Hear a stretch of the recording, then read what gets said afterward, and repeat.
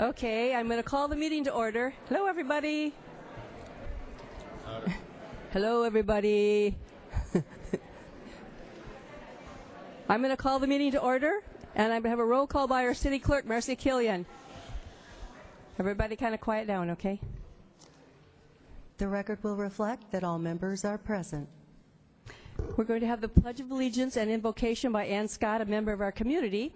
And if you do the Pledge of Allegiance and then remain standing for the invocation.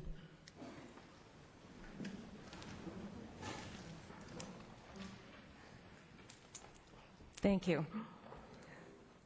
I pledge allegiance to the flag of the United States of America and to the republic for which it stands, one nation, under God, indivisible, with liberty and justice for all. Thank you. Good evening. Honored Mayor and distinguished council members, I brag to my relatives back east that I can grow anything here in Vista. Just throw seeds in the ground and voila, magic, almost all year round. What a wonderful climate we live in. Now I see other types of growth in our town. New businesses, homes, parks, restaurants, art, and more, and growing attendance to city events such as the Strawberry Festival, the Rhythm and Brews, Beer Fest, and even the local farmers market. This city council, the master gardeners of Vista, have thrown down these seeds of ideals and needs, designed, scheduled, and watered with money to replace blight with new growth of hope and pride, magic indeed. Defining our city's identity and encouraging our various cultural identities to live in harmony and safety is a sacred trust the people of Vista has called upon each of you to do.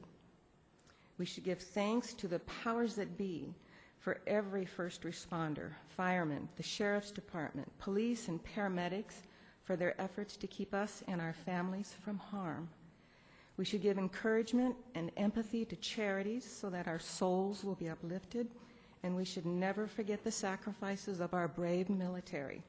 Please come home safe. Take inspiration from all these heroes in your meeting. Our time together tonight is a gift from them. Use it wisely.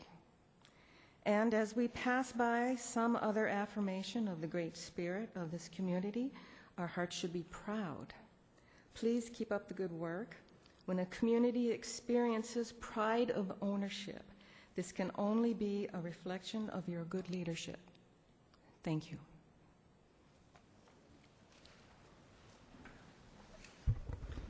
Thank you, Ms. Scott. In accordance with the Brown Act, I'd like to announce that as a result of convening simultaneous meetings, the members of the Buena Sanitation District will receive compensation of $147.75 for the district meeting pursuant to Buena Sanitation District Ordinance 2006-1. The next thing on our agenda is the approval of our agenda by City Manager Patrick Johnson. Thank you, Mayor. There are no changes to tonight's agenda. We didn't have any closed session today, so the next thing on our agenda we have presentations, and we actually have 4 presentations tonight. The first presentation I'll do from here. It's the presentation of the People's Choice winner for the juried art exhibit we recently had, and it's on the stage up there. And I'll accept the certificate on behalf of Allie Benbrook, the People's Choice winner for her watercolor, entitled Last Connection 11, Isolation, in the juried art exhibit. And that's it on the stage up there on the screen. Thank you, on the screen up there. Okay, the next proclamation I have several. I'm going to come down there and do them. And the first one is the proclamation for it's for North County Trade Tech High, and I think I'm going to call up Doreen Quinn. And do you have Skeeter the robot here? Is he going to come down?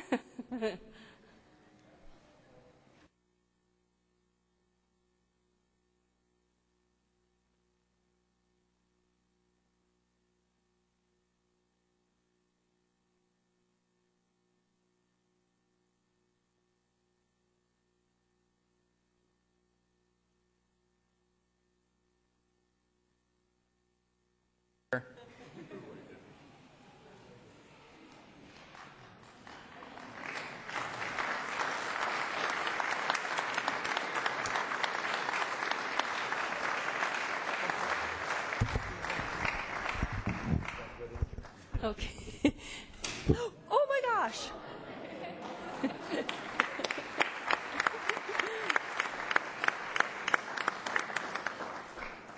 It's actually turned way down. The goals here in Q2 is about 25 to 40 feet away, and then it's 100 feet in here.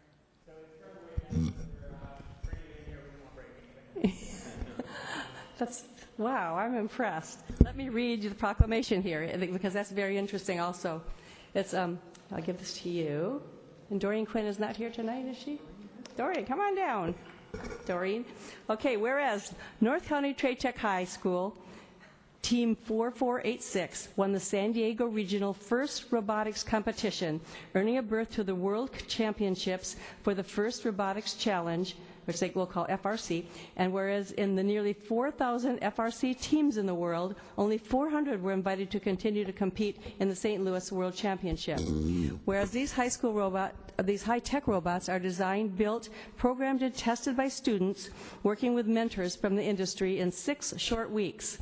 For Trade Tech High School, it was 6 weeks of stress-filled, crazy days, working long hours after school and on weekends to finish not just 1, but 2 robots named Dumbo and Skeeter. Whereas at the World Championships, Team 4486, the Blueprints from Trade Tech High School, was clearly the smallest team present, with some teams having more members than Trade Tech High has students. Competing against other more veteran teams, Team 4486 represented strong-willed high school students of different interests and ability levels who came together through the build season to create a robot that many people think did not have a chance. Whereas Trade Tech High was assigned to the Curry Field, the toughest of the 4 fields.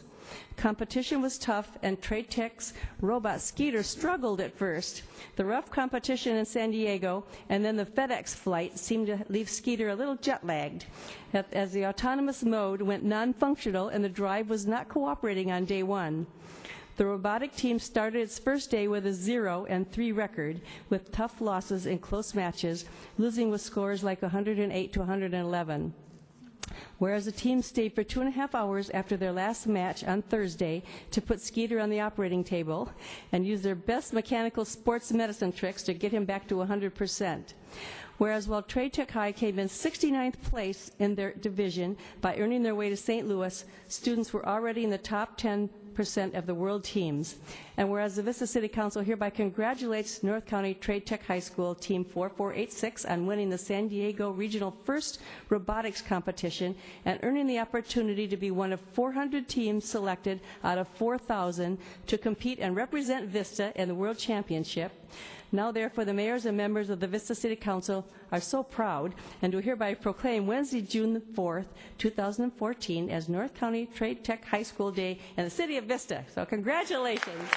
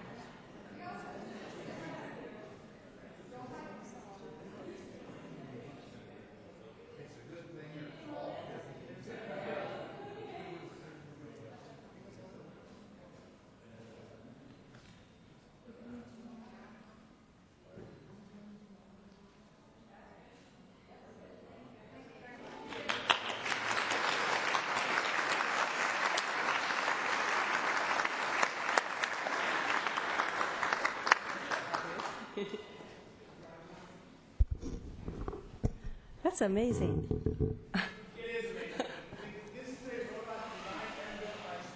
Whoa. Insured by.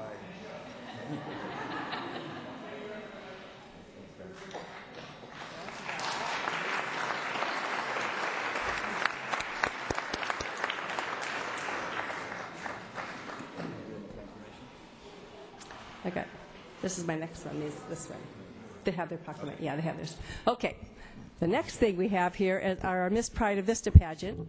And the City of Vista would like to thank the 2013 Queens, and I was going to I'll call the girls up here.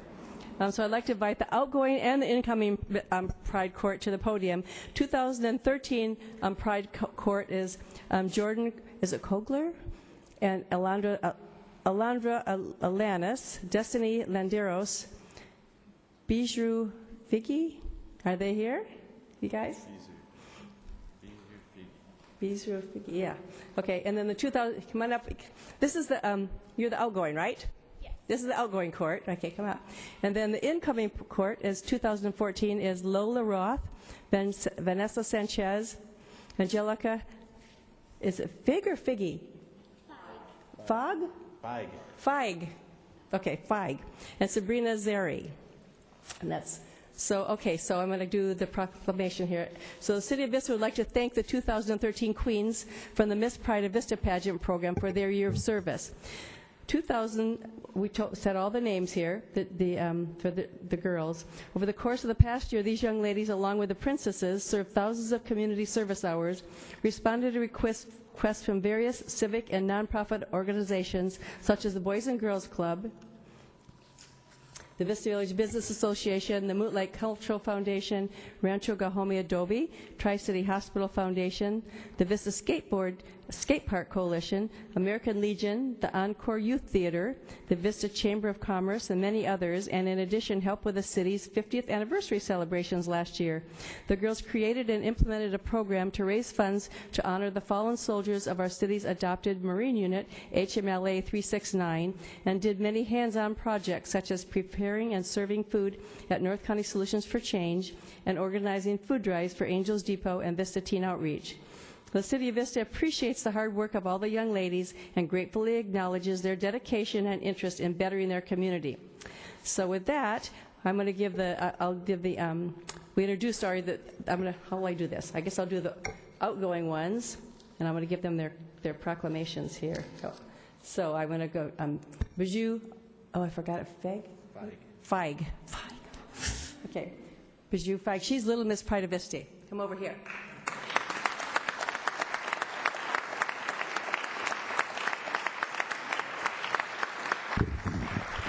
I'll have her wait, and then we can all do a picture when we get through. Then we have Miss Junior Pride of Vista, which is Destiny Landeros.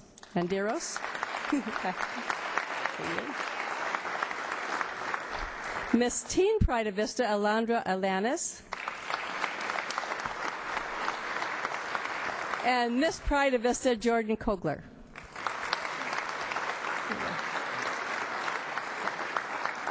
So maybe we'll do a picture with you guys, and then we'll do the incoming court. How's that sound? Okay, so maybe come forward, and we'll all get you guys a little bit in front.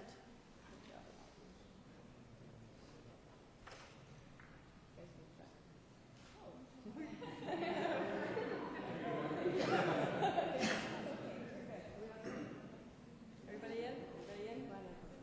Okay.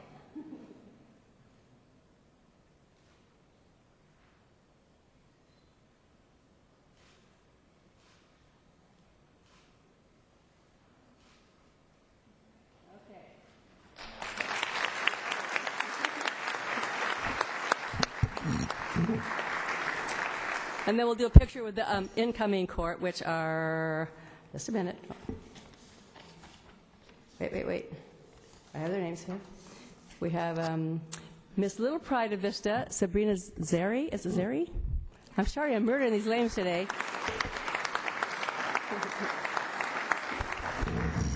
Junior Miss Pride of Vista, Angelica Feig.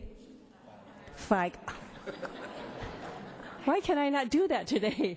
Feig, get it in, Judy. Okay. Where is she? Oh, she's not here. Okay. 2014 Miss Teen Pride of Vista, Michaela Leonardi. No, she's not here? Okay. And 2014 Miss Pride of Vista, Lola Roth. She's here, yeah, okay. Okay.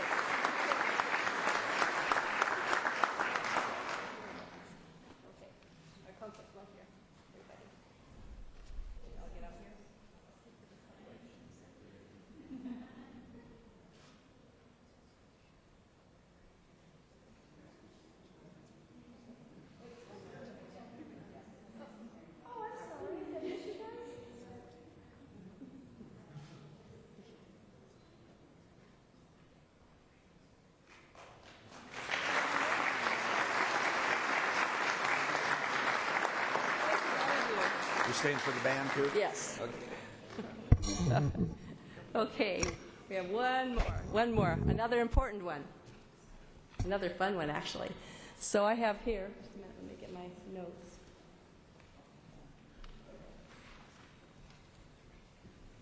Okay, now I need, I lost my glasses.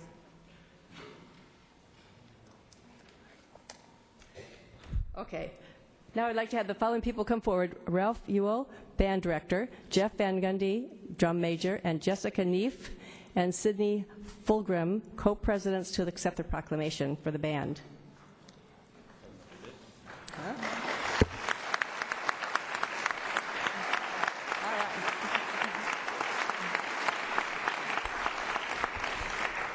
Are there other band members here too? Yeah. Oh, they all should come on down. We should have the whole band down here.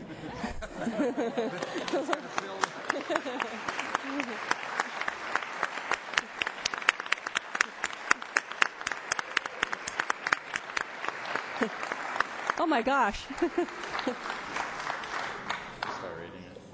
Wow, okay.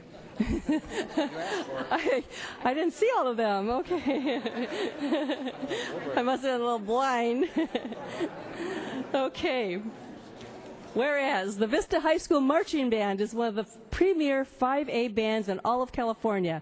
Since 1972, the Vista High School Regimental Band and Pageantry Corps have fostered excellence in music, dance, and performance. And I just have to say, my daughter actually was a drill team leader back in 1983 when they did the drill team with the band, and I went all over with the band watching them. So it's been since 1972. We've done an excellent job. Whereas the goal of the Vista High School music program is to provide a variety of performance opportunities that inspire students to reach their highest potential and to share their passion for music and the arts, while modeling Vista High School's motto, "Character Counts." The Vista High School Band was one of only 5 high school ensembles presented in the 2014 New York International Music Festival, performing at Carnegie Hall, the nation's most prestigious music venue. The Vista High School Band was selected for the additional honor of world premiering an original work written specifically for the group by Boston composer Brett, is it Abagania? Oh, I didn't murder that one. Entitled Down the Lonely Path, now recorded and archived in Carnegie Hall. Whereas a panel of 3 judges awarded scores averaging 97.3 to the Vista High School Band, earning the ensemble a ranking of gold for its performance in the Carnegie Hall. Whereas students and yes, give them a hand on that.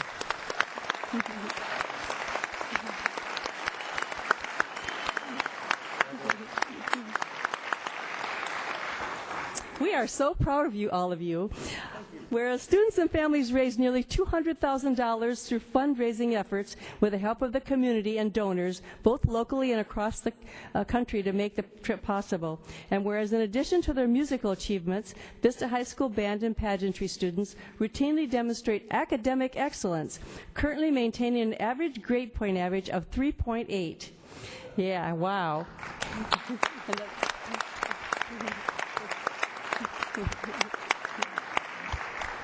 Whereas the Vista City Council recognizes the efforts and dedication of the Vista High School Band, which represented the community of Vista exceptionally well on a national level, the Mayor and Vista City Council members do hereby congratulate the Vista High School Band and its director, Ralph Ewell, and hereby proclaim Thursday, June the 5th, 2014, as Vista High School Band Day in the city of Vista. Congratulations.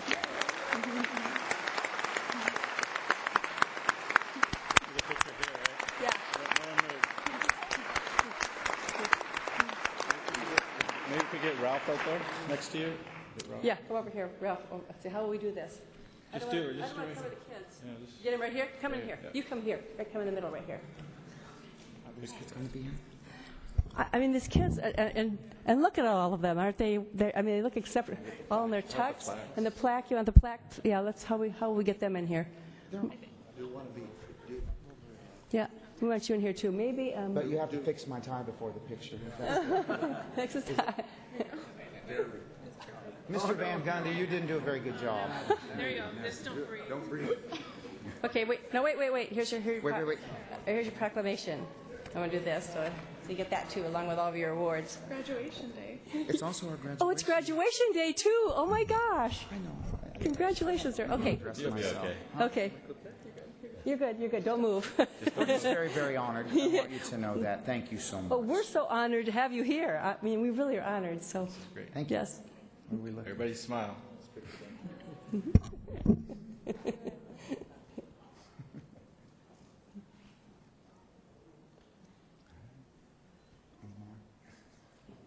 Not yet.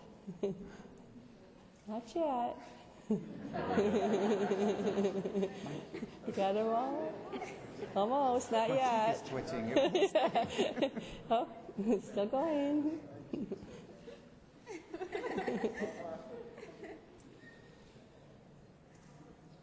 All right. Okay, I think we're done here. Okay. Say something. Yeah, I will have you say something. Well, yeah, wait, I will have you say something. Oh, no, just a minute.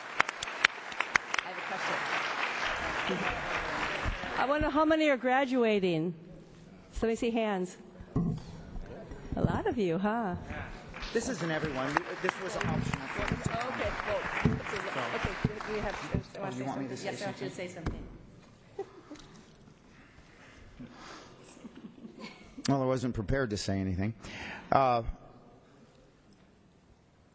love the fact that I could take my kids, my students, across the country and have them evaluated in an arena where no one had any preconceived notions about Vista or Vista High School. And I don't think my kids know this. It's actually the highest score that World Projects has ever that a band has ever received in those contests, and those contests started about 12 years ago. I want to thank the city for acknowledging us. I think I have the best kids in the world, and I could not have done this project without their sincere trust in what I was doing. And I gave them music, and I know it kind of scared them because we didn't take the easy way out for this. But I was so happy with their trusting in the coaches and myself as we went through this. And it was kind of debatable whether we should go or not. Last year, some people didn't think we should, and I just said, no, we're doing it. We've got this offer, and we did it. And not all the kids got to go. You know, we have so many kids in the program. You know, we did really well with marching band. We have color guard. We have all these wonderful, wonderful things. But it doesn't matter who's in front of them. It doesn't matter who their parents are. It doesn't matter anything. It just matters if the kids really buy into what you're doing. And I still believe, and I will say this, and I had a gentleman who teaches on the national level came out and he said, I think they're probably one of the best bands in the country. He was a composer. And you guys remember that? Who was that? Richard Salcedo said that to them. And Richard Salcedo does not mince words. He's pretty honest. He's a composer. So I want to thank the city for supporting us. And most of all, I want to thank my leadership and all the kids who just work so hard. It's a great family. And we take care of each other, and we love each other, and we enjoy playing. So thank you very much.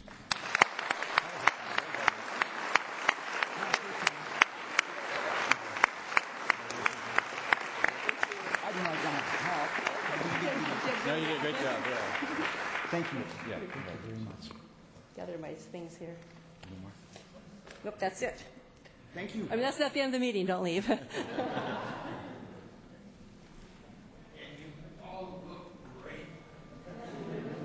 Thank you.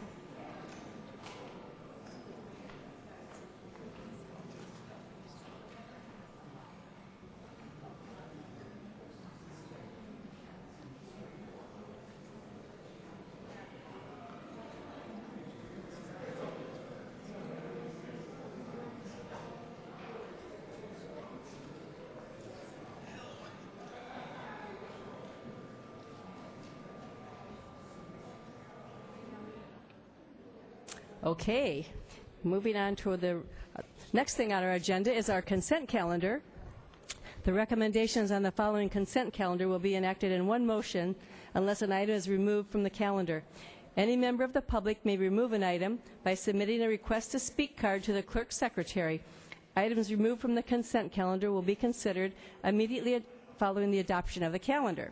So with that, I don't have any of the audience didn't pull anything from our consent calendar. Do any of my council members want to pull anything? Yes, Madam Mayor, I would like to pull C8, please. C8.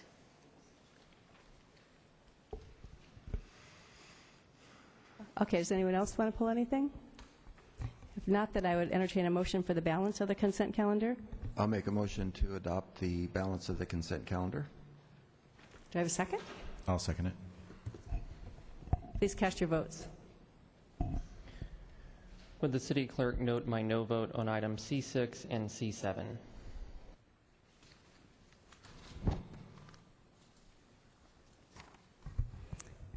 Okay. Then I guess we will go to, that motion passes unanimously, except for item C6, C7, and then C8 is one we'll take right now. Would you like a staff report, Mayor? I think so. This is on the sale of the successor agency and city properties. So, yes, I'd like to have a report, please. I'm John Meyer. Mayor and members of the council, I'm John Meyer, the redevelopment director with the city, and with me this evening is Kevin Ham, our economic development director. For your consideration tonight are 6 property sales. 3 of them are with the successor agency, and 3 of them are with the City of Vista. Consistent with our long-range property management plan, the 3 successor agency properties have been listed for sale with Lee & Associates, and as outlined in the staff report, we have accepted offers. The 3 City of Vista properties are, generally speaking, excess surplus. As part of this land real estate deal, we've also listed them with Lee & Associates. And as outlined in the staff report, we have also accepted offers on them. And we can respond to any specific questions on any of the individual properties.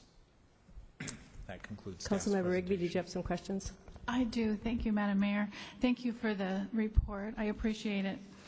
I have a couple of questions on on all of them. The 3 successor agency properties, the 1315 North Santa Fe, the 306 South Santa Fe, and the 114 Natal Way. Looking back over the amounts that we paid for those going back to May, October, and November of 2008 when the city purchased those properties, we purchased those 3 properties for a total sales price of $1,110,000. Is that correct? That sounds correct.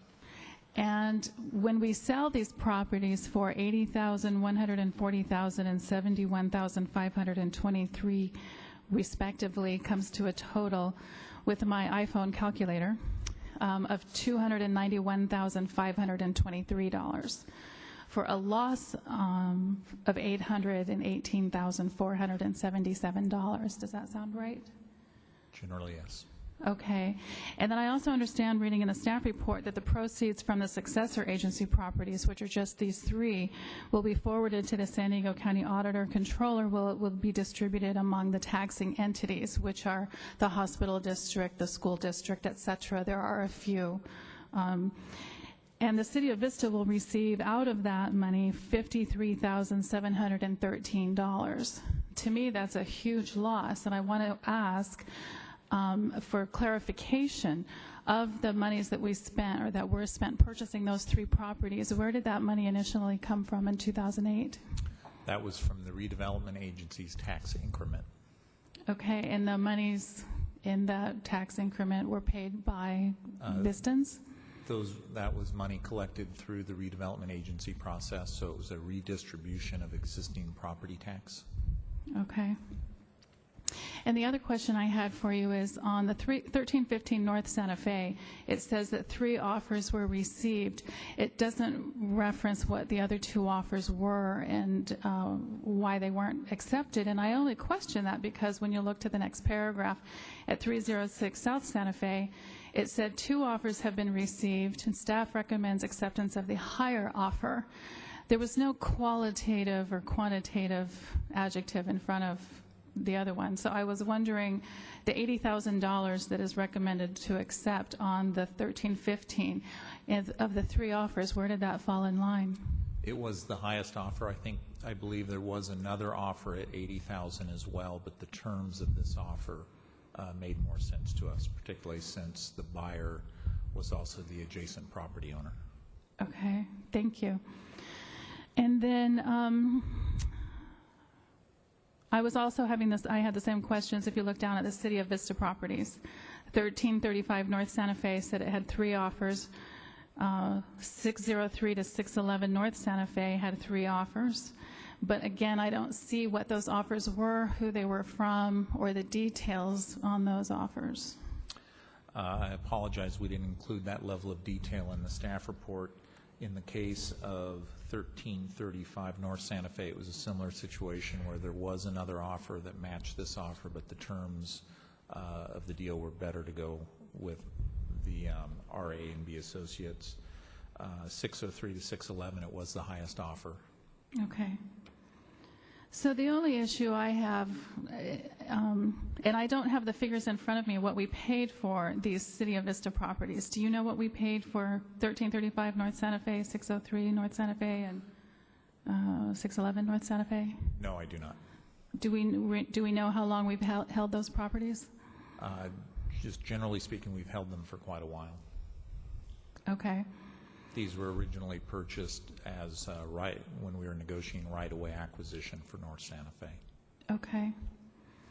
I just think that spending $1.1 million and coming back with 53,000, that's the basic, distilling it down to the lowest denominator. But I think that's a huge loss to the City of Vista, unless I'm completely mistaken about where the monies came from. I know where they're going. Am I missing something on that? Just one point of clarification. Well, a couple of comments. Unfortunately, most of these properties were purchased at the height of the market. Right. And we know that the land values were, reduced significantly over the last 5 years. In terms of doing the math, the $53,000 is a percentage of the value of the property that comes back to the city as a taxing entity. Right. So we're selling those for a total of $291,523, which leaves $237,810 as going to those other taxing entities. Correct. Right. I don't know. I'm just feeling like we're kind of getting the short end of that stick, and maybe I'm just not. Well, in the situation with the successor agency properties, unfortunately, with the dissolution of redevelopment, part of the legislation requires us to sell the properties. Now, that was going to be my last question, because I understand the economy has a lot to do with the value of property going down very drastically. Is there a time limit on when we have to sell these by state statute, or can we hold on to these until the market comes back a little bit? The legislation doesn't include a hard and fast deadline, but it is expected that we move forward with the disposing of the properties. Expected by? There is no specific deadline in the legislation. Department of Finance. Okay. Have you had discussions with them on what they think, or it's just unclear? No, we have not had specific discussions with them regarding that. Okay, thank you. You have answered all of my questions. I appreciate it very, very much. Councilmember Coles? My only question is, had we not been forced to dissolve the redevelopment properties that we have, we would not be in a position or be thinking of selling these, would we? These are properties that we were holding in reserve for some of the future redevelopment.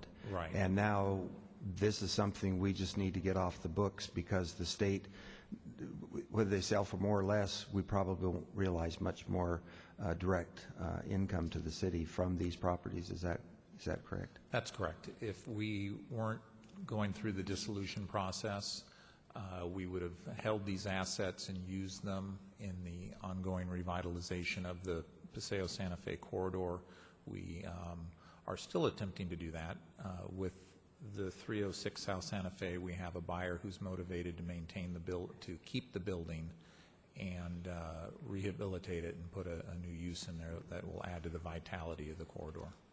Does it make any sense to delay and pending an uptick in the market and the value of those properties? Would we realize any benefit from doing that, considering the state hasn't really given us a hard deadline?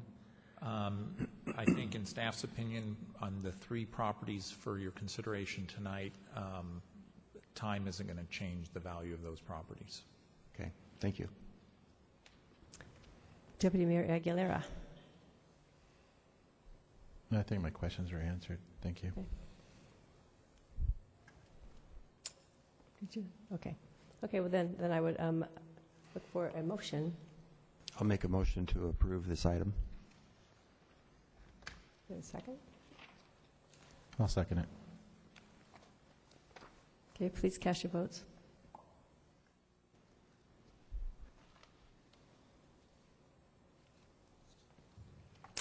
That motion passes with 1 no vote from Councilmember Rigby. Okay, with that, we're going to move on. Councilmember Campbell, did you want to say anything about, you voted no on those 2. Did you want to give us any reasons or anything? Is there something that we should know about? No, not at this time. Okay. Then let's see, the next thing I have is the discussion items, and the first one is an all-way stop on Shadowridge Drive at Live Oak Road. And would you like to? Mayor will have Sam Hassenen present this item for you. Good evening. So the always stop at Shadowridge and Live Oak. We installed the stop sign in October 2013, about 6 or 7 months ago. And we were directed by the City Council to come back and give an update on the roadway conditions. So we analyzed various conditions, including the traffic volumes, collisions, speeds, and speed citations. So the traffic volumes, we did what we call a turn-in movement counts in the AM and the PM. And we found that in the AM peak hour at the intersection, about 1,052 vehicles traveled on Shadowridge, while 120 vehicles came out of Live Oak Road. And then the PM peak hour, 1,182 vehicles on Shadowridge and 51 vehicles on Live Oak Road. Collisions, so the history at the intersection is that back in 2003, the left turns out of Live Oak were prohibited, but just before that, over a 2-year period, there was 3 accidents involving the left turns, and none has been reported since prohibiting the left turn or since installing the stop sign. As far as the speeds, we did before and after speed studies. And the before study, we took near Live Oak, where the stop sign went in, and the 85th percentile speed for eastbound traffic was 52 miles an hour, and for westbound was 49 miles an hour. We came back after we put in the stop sign, and we did 2 spots of a speed study. And we went further away from the stop sign, of course, because speeds would be pretty low coming up to it. So about 1,000 feet in either direction. So east of the stop sign, we found eastbound was 46 miles an hour, and then westbound was 49. And then to the west of the stop sign, going eastbound was 42 miles an hour, and westbound was 48 miles an hour. So we found a significant reduction in the eastbound direction. So it went from 52 to 46 and 42 on either side of the stop sign. And then westbound, one spot was unchanged. East of the stop sign stayed at 49, and then west of the stop sign dropped to 48 miles an hour. And the posted speed limit is 40 miles an hour. Citations on Shadowridge, this is sort of like the long stretch of Shadowridge between Melrose and Sycamore. 6-month period before the stop signs, there was 119 speed citations versus 62 after. So that's a summary of the factors that we looked at since the installation of the stop signs. I have 9 speakers. Would you like to hear them first, or would you like to ask questions? I'd like to hear the speakers. Speakers? Okay, we'll start with the speakers. Okay, each speaker has 3 minutes, so because we have so many, kind of watch your time. When the yellow light blinks, you have, 30 seconds? And then, who knows down there? 30 seconds when the yellow light blinks, and then red light means your time is up. So we'll start out with Nico Ferraro, followed by Janet McDuffie.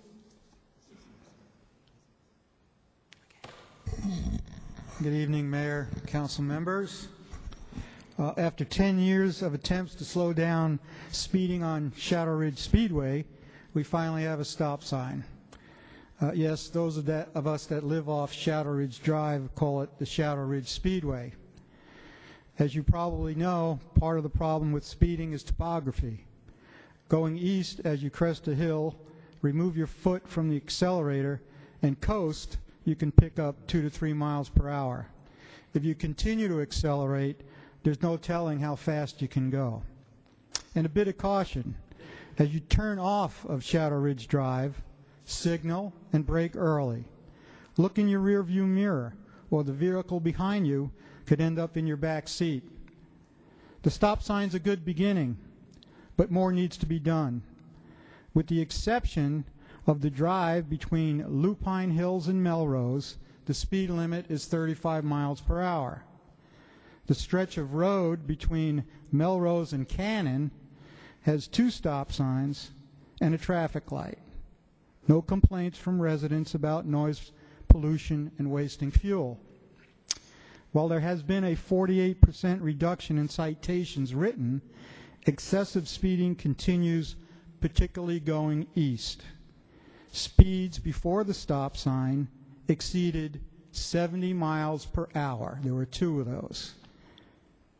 After the stop sign, there were still 4 over 60 miles per hour, 2 of which were 69 miles per hour. I handed out a graph. This was by the crime analysis from the Sheriff's Department. My request to you is certainly to keep the stop signs at Live Oak, but to also reduce the speed limit to 35 miles per hour as it is on the rest of Shadowridge Drive. Reducing speed improves fuel consumption, lowers greenhouse gas emissions, and reduces traffic noise. We can work with traffic engineers for ways to prevent speeding. Traffic calming techniques such as speed bumps, dips, pavement markings are available. Many of us are willing to work with council and traffic engineers to end the speeding on Shadowridge Drive and keep our community safe for drivers, cyclists, and pedestrians. Thank you. Thank you, sir. Could you, for me, address the speed limit by the state, why we can't lower it to 35? Could somebody address that for me? Sure. So establishment of speed limits is governed by the California Vehicle Code, and there's a very specific methodology of doing that. We have to actually go out and get actual vehicle speeds, do statistical analysis on those, and then set the speed limit within a certain threshold specified by the law. So if we lowered the speed limit less than 40 on this segment of Shadowridge, it would not be enforced by radar.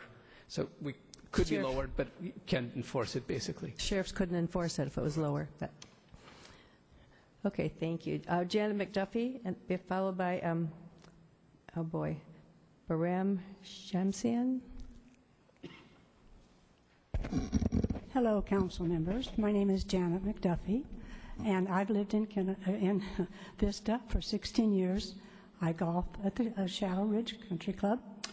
So many times before you put the stop signs in, we would be golfing on the golf course. We'd approach number 5, and we go to putt, and we hear splash, or we would hear brake screech. There were so many times this would happen. And as a driver, I would be driving up Shadow Ridge East to turn left on Live Oak. Approaching cars coming down Shadow Ridge, they go up the hill and then they go down. Well, they're going up the hill at 40 and they're going down the hill probably at 45. So it's very, very difficult for me to turn left on Live Oak to go to my house. Now, when you put the one stop sign in, that helped. That helped the screeching that we heard. But when you put all 3 of them in, it was wonderful. Thank you. Thank you. Barem, is it Shamsian? How did I do? Yes, Your Honor. Shamsian, yes. Yes. As my previous appearance, mayors and the city councilmen, we have reviewed this, and I'm reviewing this report from city engineer, as we saw that numerous reasons why we need the stop sign. But if I alluded to the last slide, has indicated the speed citation of 119 before. We don't know these 119s, what period was given to the motorist. And also, as I've indicated on my previous talk in the meeting here a month ago, that officers enforcing the speed limit and Shadow Ridge was drastically reduced.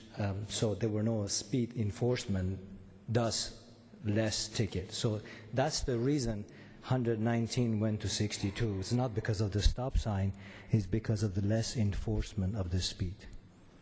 Also, with the California, there's recommendations of uniform traffic control device that has indicated that stop sign or yield sign should not be used for speed control.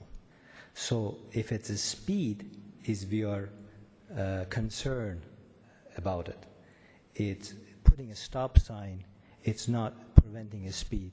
It actually, if you analyze the detailed analysis which we got through the Freedom Act, and my friend Thomas already, I think, emailed you all the analysis report from the city engineer, speed has decreased some areas after the stop sign.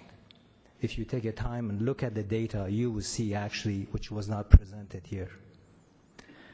So going back, we never actually talk about cost of what is the cost to the citizen and to motorist of having this stop sign.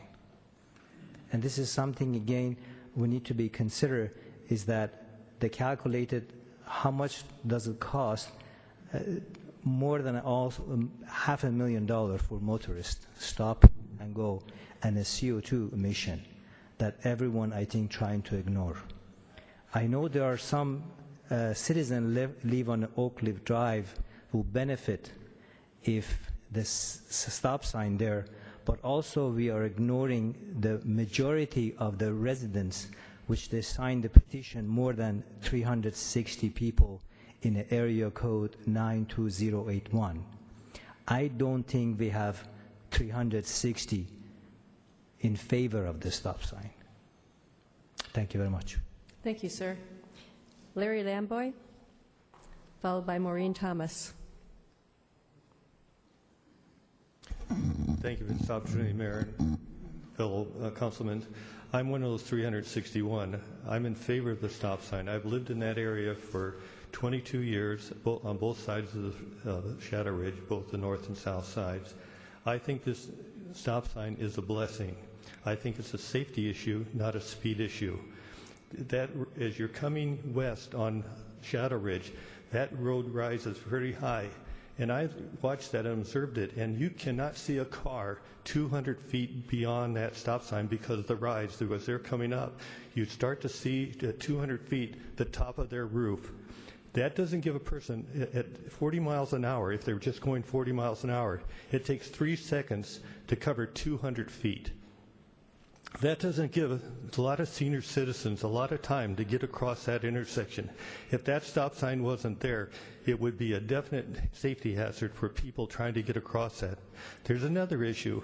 There is no crosswalk between Melrose and Lupine Hills to get across that street.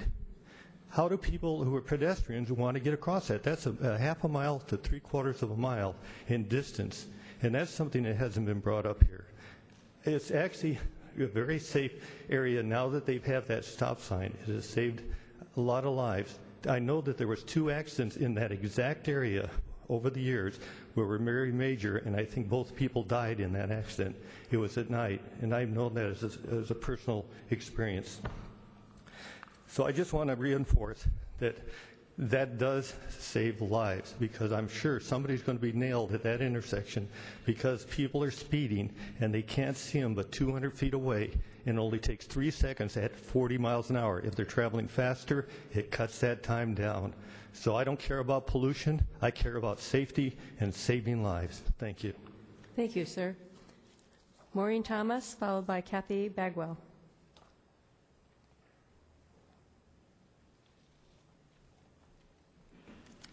Good evening, Mayor, City Council members. As you all know, I've been here before, and I live on Magellan Drive, which is right off the back of the stop signs.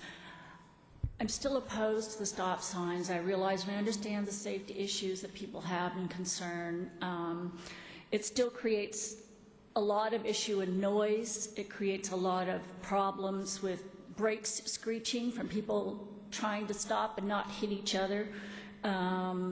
A lot of times we get, as far as any collisions, we have not had any collisions as a result of, not because of the stop sign, but because since 2003, since we turned the left-hand turn sign off a Live Oak, there's been no collisions. It has nothing to do with the stop sign.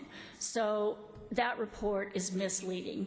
As far as peak hours and when all these cars were programmed going through, I was wondering how they picked the peak hour of 7 a.m. in the morning and 4:45 in the afternoon, because certainly it does vary.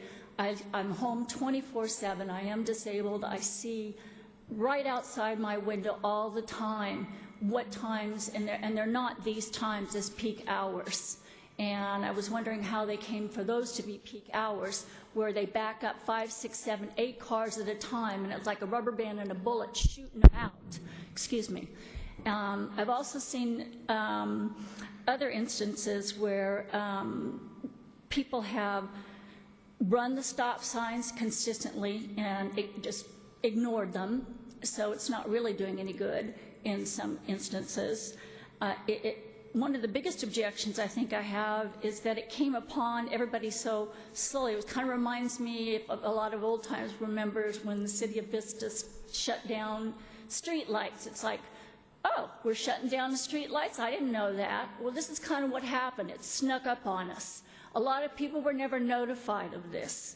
It was just a few amount of people. It just kind of came in. It was for to the benefit of people that live on certain streets, that maybe get a little bit too much travel in their local streets. And, Vista's for the majority, the group interests of a lot of people, not specific individuals or individual interests of special groups. And I really hope that you consider, some of the individuals that are opposed, because there are a lot opposed to this, and not just special interest groups that want certain things taken off your lane. It is getting harder off the Lupine. You create one problem off of Columbus, and it packs up coming off of Lupine. I'm not a very fast driver, but it's gotten harder for me now to come off of Lupine to get onto Melrose, or from Shadowridge to Melrose. So you fix one problem on Columbus, and you have the same exact problem, if not worse, trying to cross Lupine onto Shadowridge to get to Melrose. I need you to wrap up. if you could. Okay. Your time is up. I apologize, and that's all I really have to say, and I just hope that people take things into consideration on the other side. Thank you. Kathy Bagwell, followed by Diane Schofield.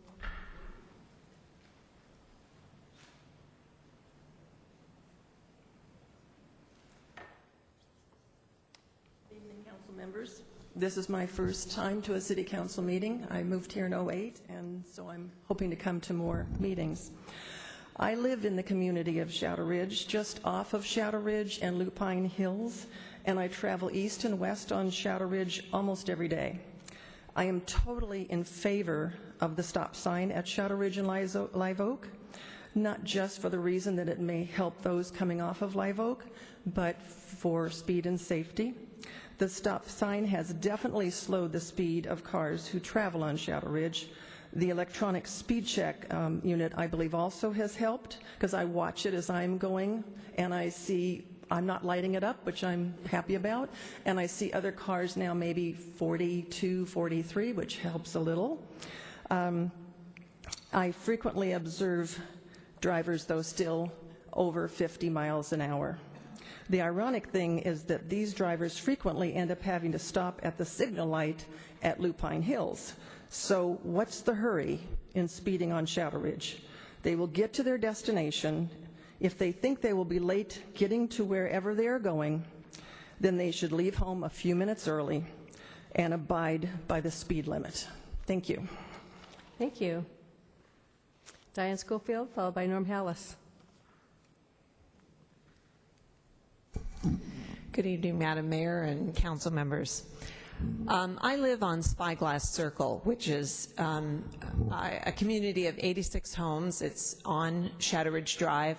The only access in and out of our neighborhood is Shadowridge Drive. So whenever we leave our neighborhood, that's the way we have to go. Spyglass Circle is at the bottom of the hill going eastbound on Shadowridge Drive approaching Lupine Hills. And so it happens to be at the spot where most motorists are building up the most speed. Before the stop sign, we regularly had people traveling in excess of 50 miles an hour. And since the stop sign has gone through, we have seen the speeds go down considerably. Before the stop sign was installed, it was difficult to make a left-hand turn. However, we do have a center lane to help out in that regard. My biggest concern, though, was turning right into Spyglass Circle, because, as you know, Shadowridge Drive is a really active spot for walkers, dog walkers, recreational walkers, and by law, when a walker is crossing my intersection, I must stop for them. So there were many times where I came to a complete and dead stop in the right-hand traffic lane on Shadowridge Drive at the bottom of that hill. Before the stop sign came in, I would look in my rearview mirror and be very nervous that today would be the day that somebody would barrel down that hill at 60 miles an hour, looking at their cell phone and not realize that I was at a dead stop having to wait for pedestrians. So I'm very glad that the stop sign has been installed. In addition to the 86 homes at Spyglass Circle that only have one way in and out, there are 107 homes by my count on the Columbus Way Balboa Circle area, and there is also the Shadowridge Aspens complex, which is between the two, and I would estimate that there are about 50 homes there. So altogether, there are about 250 homes that their only access in and out is Shadowridge Drive. So I appreciate any safety measures that you can take in that area to protect us. Thank you very much. Thank you. Norm Hallis, followed by Jean Ford.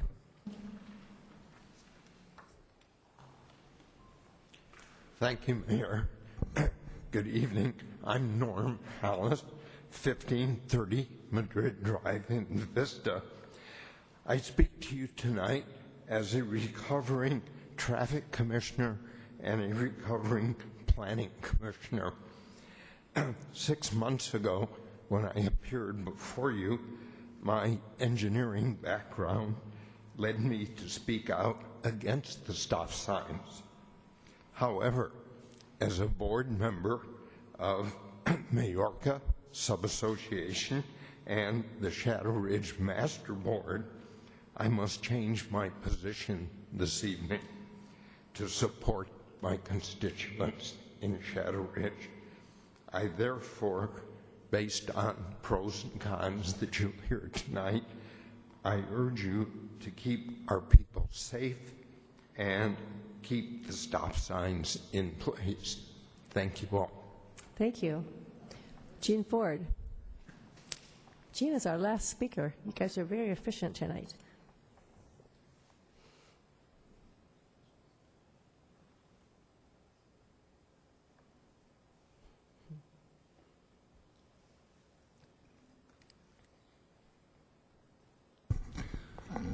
Good evening.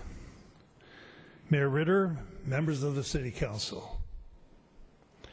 I am here in support of continuing the stop signs installed at Shadowridge Drive in Live Oak. I drive through that intersection usually several times a day, and I've been encouraged by how quickly the cooperating traffic has adjusted to this modification. I have found that 2 to 5 seconds the stop requires to be of no significance of either time or in cost.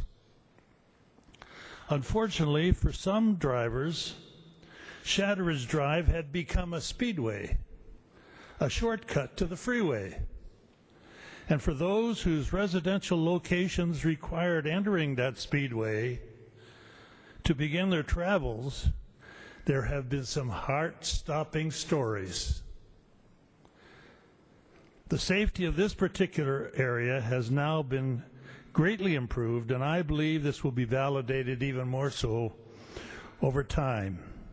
Even in just the past 6 months, there is a recorded evidence of slower average speeds, 50% fewer traffic tickets, and no significant accidents.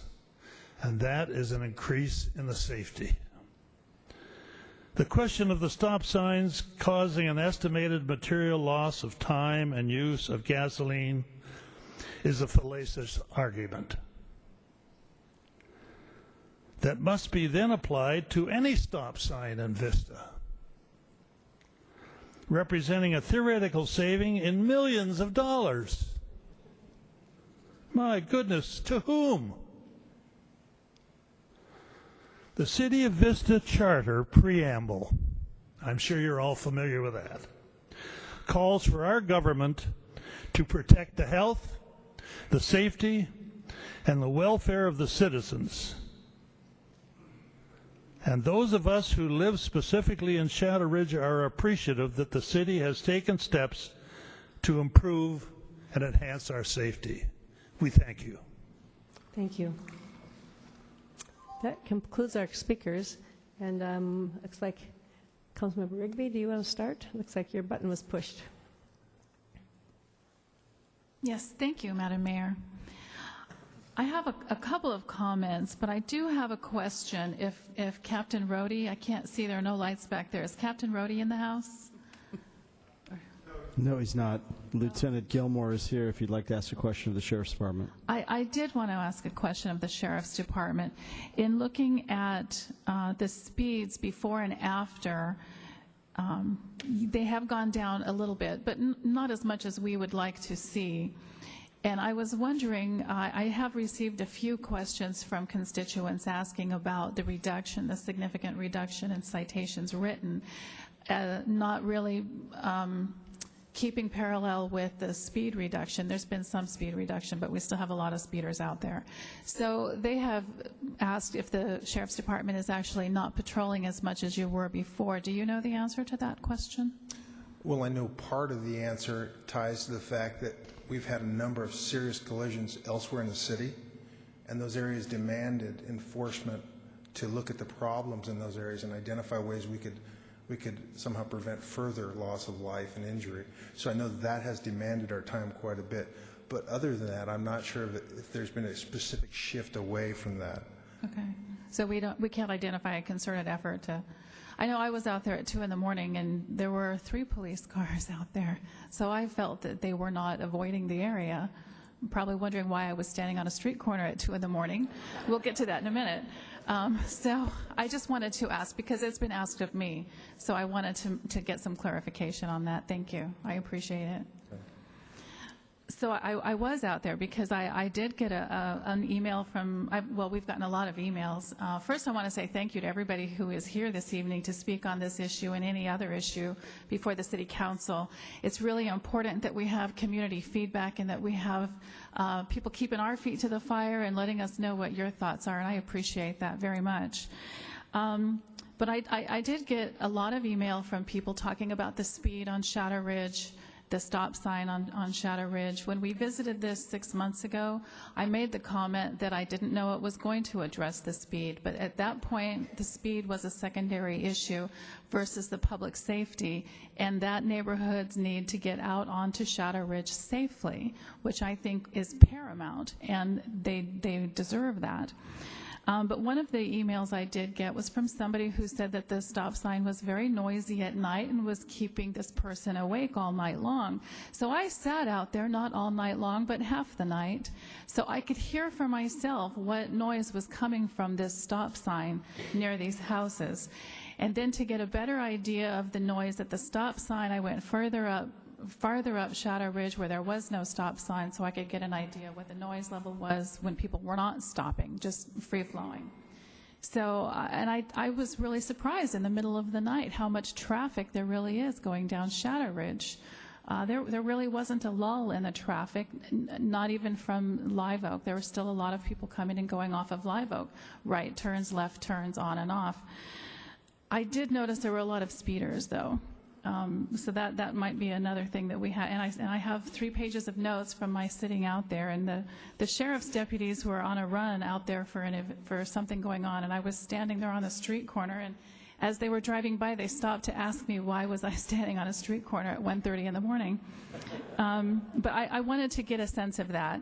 And I also wanted to get a sense, I understand from Live Oak and the streets around Live Oak, getting out onto Shadowridge is easier. But I wanted to know the streets like Columbus and some of the other ones, the apartments, Lupine Hills toward Melrose, if it's easier or harder for them, because someone had asserted that it was more difficult. Not everybody was home the days that I went walking the neighborhoods, but every single person I spoke to, without exception, said that it was easier for them to get out from their neighborhood on either side of the stop sign onto Shadowridge Drive, and nobody said that the noise from the stop sign kept them up at night. So it was really very informative for me to take that time to sit out that night at the stop sign. I'd sat out there at other times during daylight hours to see, because people had also said there was nobody coming and going from Live Oak. There are people coming and going from Live Oak quite frequently. So I still think that the stop sign is a safety issue, not a speed issue, as we had discussed this 6 months ago. It's primarily for the safety of the neighborhood. I do think it has done something to reduce some of the speeds, but I'm thinking we might be able to do more to reduce speeds. If we had any ideas on that, I have a couple of ideas. I don't know, we can have coffee and talk about it. And it was brought, some citizens had said something about speed humps, maybe not speed bumps, but humps like we have on Lynette and La Tortuga and a couple of other places. Some of the raised dots to remind people, like they have going down Highway 1, to remind people that you are in a traffic-controlled area. So there are just a couple of things that we might want to do as far as the speed goes. But I guess that was it.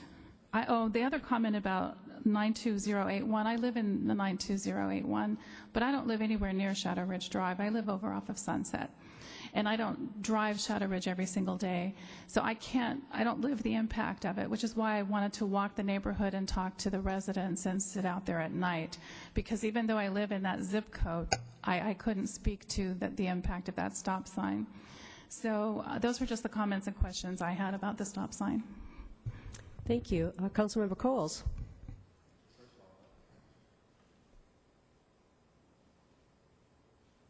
The microphone goes off automatically now. I commend you on you doing your homework. That's a very brave thing to spend that evening along the street side. And I want to thank the people who came to express some of their opinions and observations about traffic along Shadowridge Drive. I live adjacent. I egress from my neighborhood onto Shadowridge Drive, and I have noticed a bit of a calming. I'd like more, but we can take it one step at a time. Shadowridge Drive, after they opened Melrose to Palomar Airport, I did notice a significant change in the traffic patterns through Shadowridge, because it was a shortcut to a southern route to get over to 5 or to those parts of our area. One of the groups that we didn't really expressly talk about were the inner neighborhoods around Bruley and some of the areas where the no left turn out of Live Oak onto Shadowridge created not thousands of cars, but literally dozens, if not more, cars going through smaller neighborhoods. And I did get at least one piece of feedback from somebody who said, I can now let my children play out in the front yard because I don't have to worry about some of the heavy traffic that intermittently would go through the neighborhoods. I know that this is just coming to us as an update on the installation of the stop sign. We're not required to do anything other than, I think, get feedback unless somebody wanted to change our direction. So I thank you for the feedback, and I certainly would like to keep things in place and continue monitoring and studying additional ways to calm traffic along there. I know that we've talked about speed bumps before, and we know that humps, because of trucks and other larger vehicles, really are prohibitive. But I'm sure any other measures that our road division could look at, we would certainly appreciate. Thank you. I'd like to commend Councilmember Rigby for standing out there in the middle of the night, except I worry, this is like a safety item to me, and I worry about the safety of a single woman standing on the corner in the middle of the night. So that's... So I also have friends on Columbus and also on Brule that I've talked to, and I don't live over there, but I travel Shadowridge Drive often, and so I just think it's slowed traffic. I mean, just driving with the traffic, I think it's slowed traffic down somewhat. So I'm going to support leaving them as they are. So I don't have a lot more to say. I see Councilmember or Deputy Mayor Aguilera here had something to say. Thank you, Madam Mayor. And thank you, Councilmember Rigby, for clarifying why you were standing on the corner.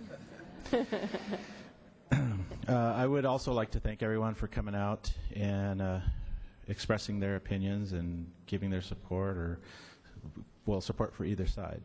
I think it's important. It's what makes our community special and our system special here in America, of course. So I'm in favor of slowing down traffic on Shadowridge Drive. I've been in favor of that for a long time.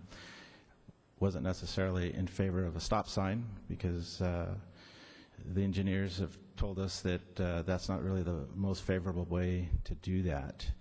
But I have heard some positive things, as far as some people feeling safer about making various turns from various communities. So there is a positive that's come from this.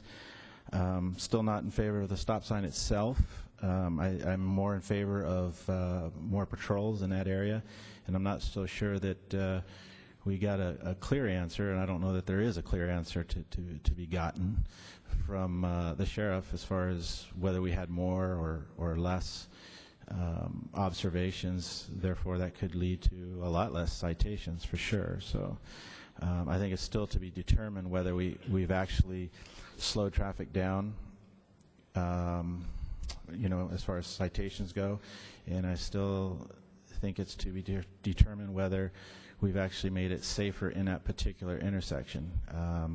I know that there was no accidents before the stop signs were installed, when we only limited it to a right turn out of Live Oak. So I don't think there was much of a safety concern there, but certainly there are some benefits to some of the neighborhoods. It doesn't look like I have a lot of support up here as far as the stop sign goes, so I guess I'll have to let it rest and let time tell, and keep monitoring it. Thank you. Councilmember Coles. Thank you. One thing I forgot to mention, the gentleman noted that there's no crosswalk anywhere from like Stater Brothers up through to Melrose, and my understanding is that there's an implied crosswalk with the three-way stop there, even though it's not marked. Maybe you could address a little bit of the legality behind that, or how to do that, because living in that neighborhood, there are a lot of people that take walks, and getting back and forth across the street. Maybe you could give us a little enlightenment about how this stop might help in that respect. So the crosswalk is implied by law, even though it's not marked, but we would like to mark it. The only thing that's missing right now is the curb ramps for the disabled, so we'd like to put these in hopefully in the next few months and mark the crosswalks. Well, good. I didn't know that, so thank you. Councilmember Rigby. That goes off. It does. Thank you. I just did want to address the speed issue, because like I said, I think the stop sign was a benefit to the community as far as making safe left-hand turns. We've heard evidence of, or people's testimony, that it's easier for them to come out of the side streets, and that's appreciated and is a benefit. But the speed, to me, is still a concern, because sitting out there at different times, and even in the middle of the night, there were a lot of people speeding down Shadowridge. I didn't see any of the flashing thing, but some of those guys really had someplace to be at 2 in the morning. And I was kind of surprised at how many people actually at that hour were running the stop sign without it even breaking. But is there anything that we can do as far as putting in speed humps? And I know the city manager and I have talked about speed humps before in other areas, and it's an issue. But it seems that there's got to be some kind of a device that we can use along Shadowridge to try to reduce the speed further. Is there anything we can look at? So we have considered different alternatives in the past, including speed humps or lumps, or any combination of raised, bumps. The problem, there's two issues with those on a street like Shadowridge. Of course, the first thing is emergency response. Those would be obviously slow the fire trucks and ambulances quite a bit. And the other problem is that they're more appropriate for lower speed streets like 25-mile-an-hour residential streets, because they're designed for cars to go over them at 20, 25. So it's kind of not reasonable probably to have every couple of hundred feet on a street like Shadowridge for traffic to go from the posted speed limit of 40 down to 20, 25. So they're really not the most appropriate. We have looked at more of the physical type traffic calming devices, and really the biggest factor is cost. So that's why the choice was the stop sign with the radar, speed sign plus enforcement for now as the recommended solution. If we were to go to the physical type traffic calming devices like, say, medians and traffic circles and so on, we're probably looking at cost in the range of $200,000 to $250,000. Is there any discussion or research or study on the effectiveness of what we might call the bot dots that we see down other major roads to try to remind drivers the speed limit or to reduce the speed limit? You just drive over them, and they don't do anything to the car. They just several dots, 5 or 6 rows of dots across the lanes, just kind of gives you a reminder that probably slow down a little bit. Do we know if that's effective and what the cost of that would be? So those are low cost, and they're known as rumble strips. From personal experience, and we have a couple locations in the city, they don't work very well. And I have gotten complaints about noise. They are pretty noisy, especially with a lot of traffic. And so, low cost, but again, the benefit, comparing to the noise, I don't think it's probably justifies them. Okay. So we really have nothing left in our toolbox. Well, again, other than, the next step of, the physical type traffic calming devices. But again, with the stop sign and the speed sign and more enforcement, and I'll be speaking with our traffic deputies about, keeping this, of course, on their radar I think that's kind of a combination of solutions that we can continue to use right now. Okay. But if any new technology develops, you'll keep us posted? Of course. Okay. Thank you. I think I see Deputy Mayor Aguilera again. Do I? You do. Thank you, Mayor. Just for clarification, the not the sidewalks, but the crosswalks, those will not be, they're not being installed for golfers, right? For any pedestrian, not specifically. Right. But I mean, it's not a request of the golf course. No. No, I have not gotten a specific request. I have gotten a request from a resident, but I know she doesn't happen to be a golfer. But Okay. I just want to clarify for the record because there are people that have complained about that. So, so would you think a traffic circle would be, I mean, in an ideal world, and if we had the money, a traffic circle would work best in that place? I think it would be a combination of possibly at least maybe 2 to 3 traffic circles along the stretch, or a longer stretch of Shadowridge, possibly in combination with raised medians. So I think if we want to go to the, sort of the physical type traffic calming devices, we probably want to look at a package and look at a longer segment. Okay. But yeah, circles, in combination would probably be appropriate for the street. And that probably would slow traffic down better than a stop sign then? Well, yeah, I mean, especially if they're in a series, and then it would kind of change the whole character of the street, kind of change it to more, friendly type, environment, I guess. And then, especially with the expectation that if there's more than one, there's not a incentive to speed between the intersections. Right. Okay. Thank you. We would not be recommending just one traffic circle, though. We wouldn't have the justified effect. Well, because actually it's a residential area. When you think about it, it's all residential down that way. So, I think a traffic circle would be good. But, Councilmember Campbell. At this time, I'm in support of keeping the stop signs, not so much from a traffic calming issue, but from a safety standpoint in the surrounding community there. But when we're talking about the speed limit, the posted speed limit currently on the street, when was the last time that an engineering survey was done to establish that speed limit? I don't have it in front of me, but if I were to guess, I believe it was 2008. It was a while back, so they're due for renewal every 7 years, so it should be coming up probably next year. Okay. Thank you. Okay, I think I see no one else wanting to speak. And my own opinion, my thing is about safety. It's all about safety. It isn't about special interests that want, one way or the other. So, so do you need a motion on this, or do you have enough direction? Just receive the report. Okay, and just for the record, I got 8 emails to keeping the stop sign, and I got 6 other emails to remove the stop sign. So we were kind of evenly balanced in that. Okay, well then with that, we will, they have direction for now, and we will move on to the next discussion item, which is our skate park locations. And that's going to be John Conley, our Community Development Director, and Bill Fortmiller, our Recreation Director.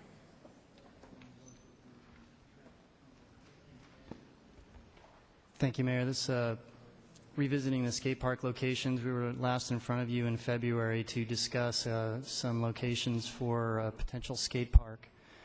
As you all know, the skate park was removed from the Civic Center property when the Civic Center was developed back around 2006 or 7, and we've been working on trying to find a location since then to replace it. In February, we reviewed 14 sites that were potential locations that were identified by staff, and the council directed us at that time to pursue 2 specific sites. Site number 1 is at this on the west side of North Santa Fe Avenue. Address is 510 North Santa Fe. It's just north of Connecticut. It's about a 10,000 square foot lot, and it was identified for an intermediate or advanced type facility. The second site was a site at the northeast corner of Vista Village Drive and Palm Drive, which was identified for a beginner facility. These are the locations shown on the overhead. As I mentioned, the site on the left is at 510 North Santa Fe. The site on the right is at Vista Village and Palm, both roughly 10 to 11,000 square feet.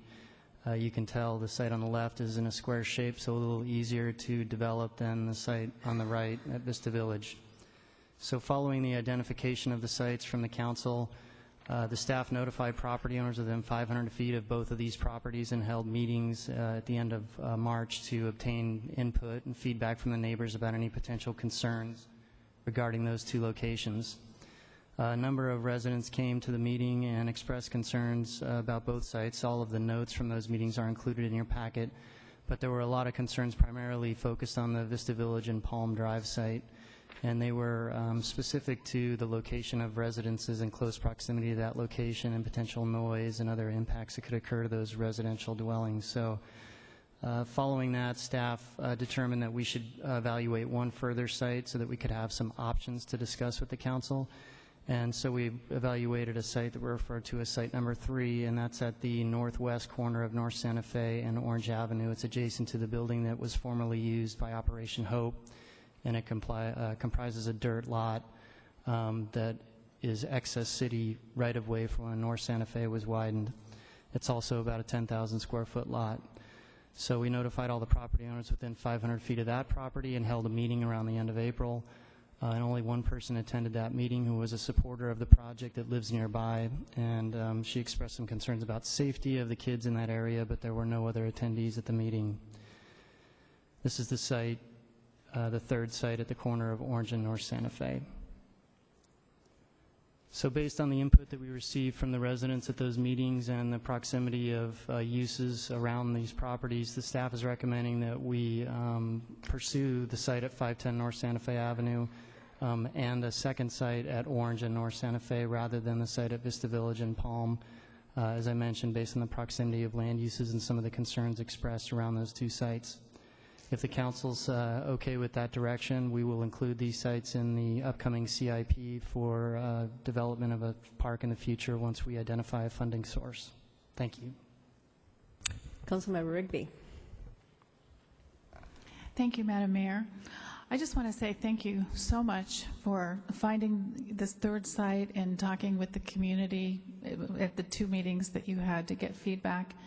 And as a former Parks and Rec Commissioner who I've been pushing, and Mr. Fort Mueller knows for years, to get the skate park built for the youth, I'm excited to have these 2 sites in the city. And I thank you very much for working on this and your due diligence and all of your hard work, and for the Skate Park Coalition for also hanging in there all this time. So I look forward to these being developed, and I would like to if we need a motion to approve these 2 sites, I'd like to make that motion now. Would you also include the capital improvement program to put it in there for design? Yes, I will do that. Thank you. Okay. Councilmember Coles. Yes, and I want to thank staff also for being diligent to get feedback from the neighborhood so that we can be somewhat assured that as we proceed, we won't be deluged with people protesting our selection. So thank you for doing that and adapting to the need. And I think these sites are perfect. I drove by them both today just to kind of get a flavor for the surrounding area and the traffic flow and that sort of thing. So they look good. And I would second Councilmember Rigby's motion to approve these sites and the capital funding to plan. Okay. Deputy Mayor Aguilera. Thank you, Madam Mayor. I'm glad to see Site 3 is in there. I don't know if you remember, but that was one of my spots that I thought we should be going with. So I'm really excited about Site 1 and 3. I think those are the right choices for Vista in the community. They're ideal locations right there in an area that needs recreation, and that is one of our goals that the City Council has set. In addition to that, there's close proximity to the Sprinter line and the bus transit station and to our downtown so that we can, get some business to Sonic and Pepper Tree and all those, Frank's Grill around the corner. So it's going to be good. So I think some of the business owners are going to favor this when it's built. So thank you for your work, both of you. I know it's been a long haul, and I also want to congratulate the Skateboard Coalition for the win and all the work and effort that you put in, not only to this, but to the rest of the community. We appreciate it. Thank you. I would second that, everything you just said. I absolutely agree. I think it's a long time coming, and we've needed this for a long time. We needed the right locations that were visible from the street, and I think these are really both good locations. I like 1 and 3 too. I've always liked those two, so I'm happy to see that those are the ones. So with that, I will say, cast your votes, please.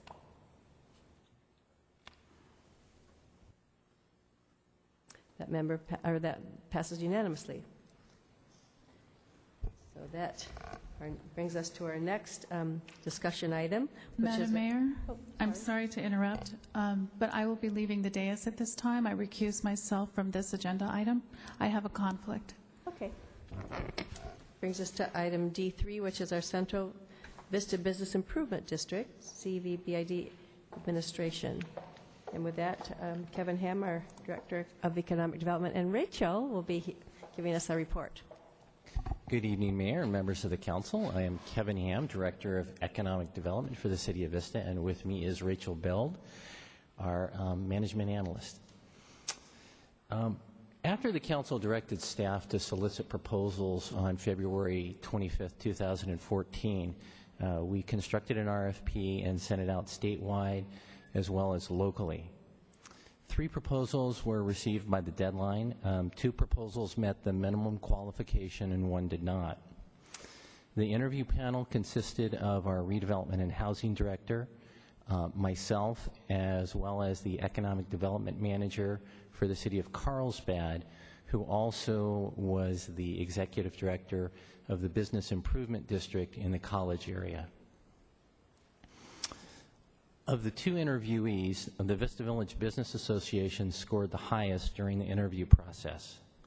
Key points noted by the panel included attraction of a new high-energy board and director that are committed to changing the culture of the Vista Village Business Association, a new active outreach to the business community within the CVBID through town hall meetings, in-person deliveries of information, and a focus on developing programs around the needs of businesses.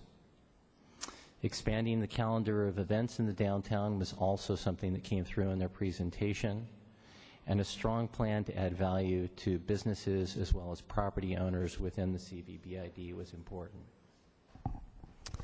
While the VVBA's past performance was of concern to the panel's consensus was that recent changes constitute a new positive direction that make the VVBA the best choice as the CVBID administrator. At last Wednesday's VVBA board meeting, new information regarding the fiscal solvency of the organization was brought to light. The VVBA President Cliff Kaiser has informed the city that they have created a plan to complete the current fiscal year in a positive fiscal position, while addressing expenses and past due expenses that they had. If the council desires to move forward with the VVBA as the administrator of the district, an agreement needs to be executed between the city and the VVBA. That agreement is attached as Exhibit 2. The city has budgeted $40,000 in the budget for this expense in the fiscal years 2014-2015.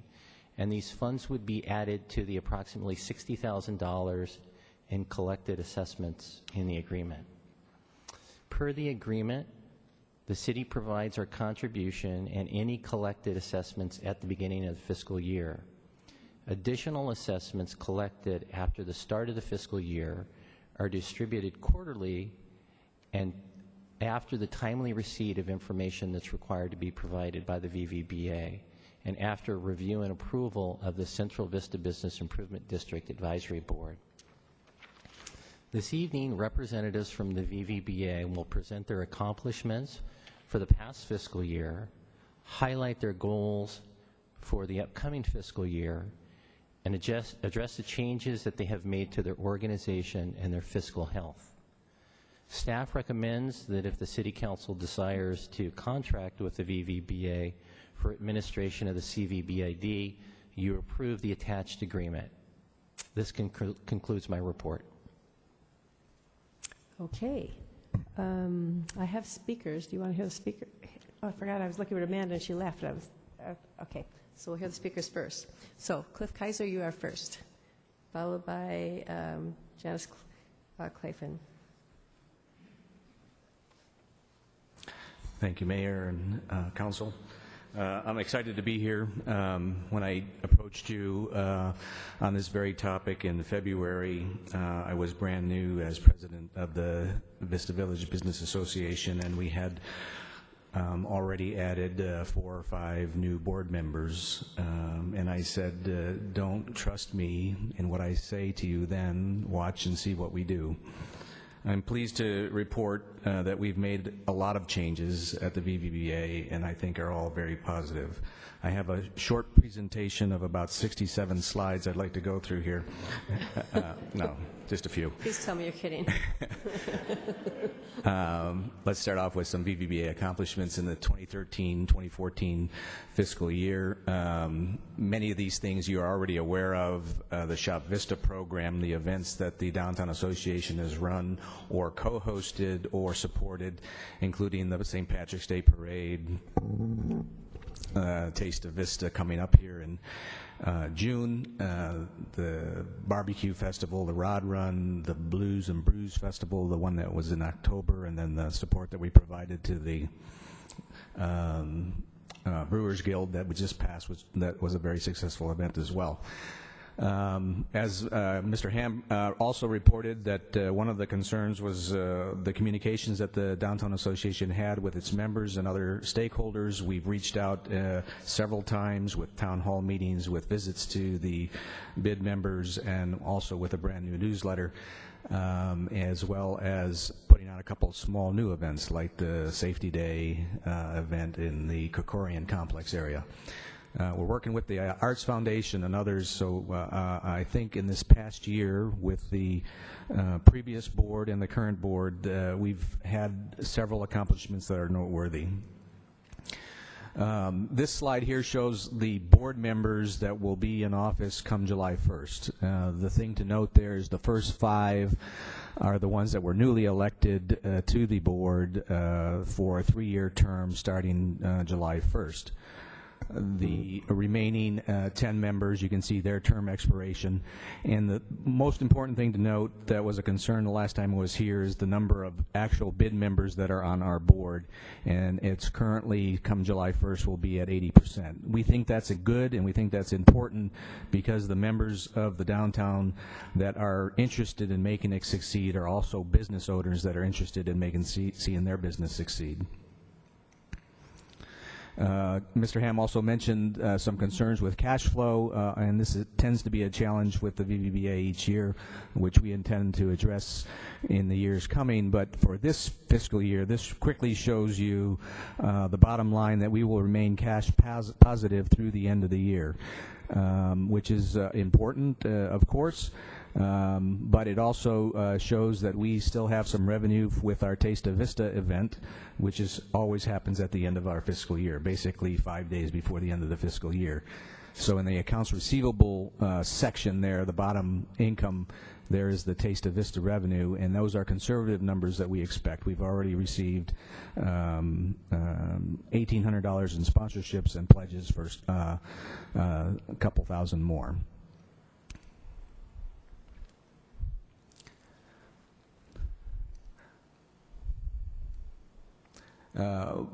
With regards to promotions or events, we intend to, for the year ahead, have 5 key signature events, and that we think that may lead into the years in the future as well. Some of them we already know and love. The St. Patrick's Day Parade and the Taste of Vista. Vista Rod Run is its 25th year this year. It's going to be an exciting event. We're adding the cycle or motorcycle show that was in conjunction with the Barbecue Fest last year. We're moving that to be in conjunction with the Rod Run. We're going to conceive a new fall festival that's centered around the Alley Art Festival and the Kokorian Complex's annual birthday celebration. And just like Strawberry Festival in the sense that we add little events over the years, we hope to grow that into a large attraction to Vista, perhaps on Labor Day weekend every year. And the Winterfest, along with the Chamber's Christmas parade, the tree lighting, and other sorts of events downtown, that's going to be well organized. And the reason I say that is because we went through a lot of pains to look through event planning options, and we had a volunteer join our committees, Lisa Coyne, and recognized her talents and just recently contracted with her to become our event planner for this next year for these 5 events. Those will be our signature events, and we'll hope to have several other smaller events such as Safety Day and things like that to keep people coming into the downtown. Improving communications, that's what we've really been trying to do. Listen to what the bid members have to say, listen to what you have to say, listen to what other stakeholders have to say. The town hall meetings have been very well received. We got very, very good feedback at the first one in late March, and concerns as well as some praises. The second one, a lot more praises about the changes that they've seen. And they had the ability to hear from the mayor as well as John Connolly talking about what's going on in the downtown that affects them. We printed a newsletter we hope to put out 3 to 4 times a year, a 4-page newsletter. That also was well received. That was hand-delivered to over half of the bid members and postal delivered to the remaining ones.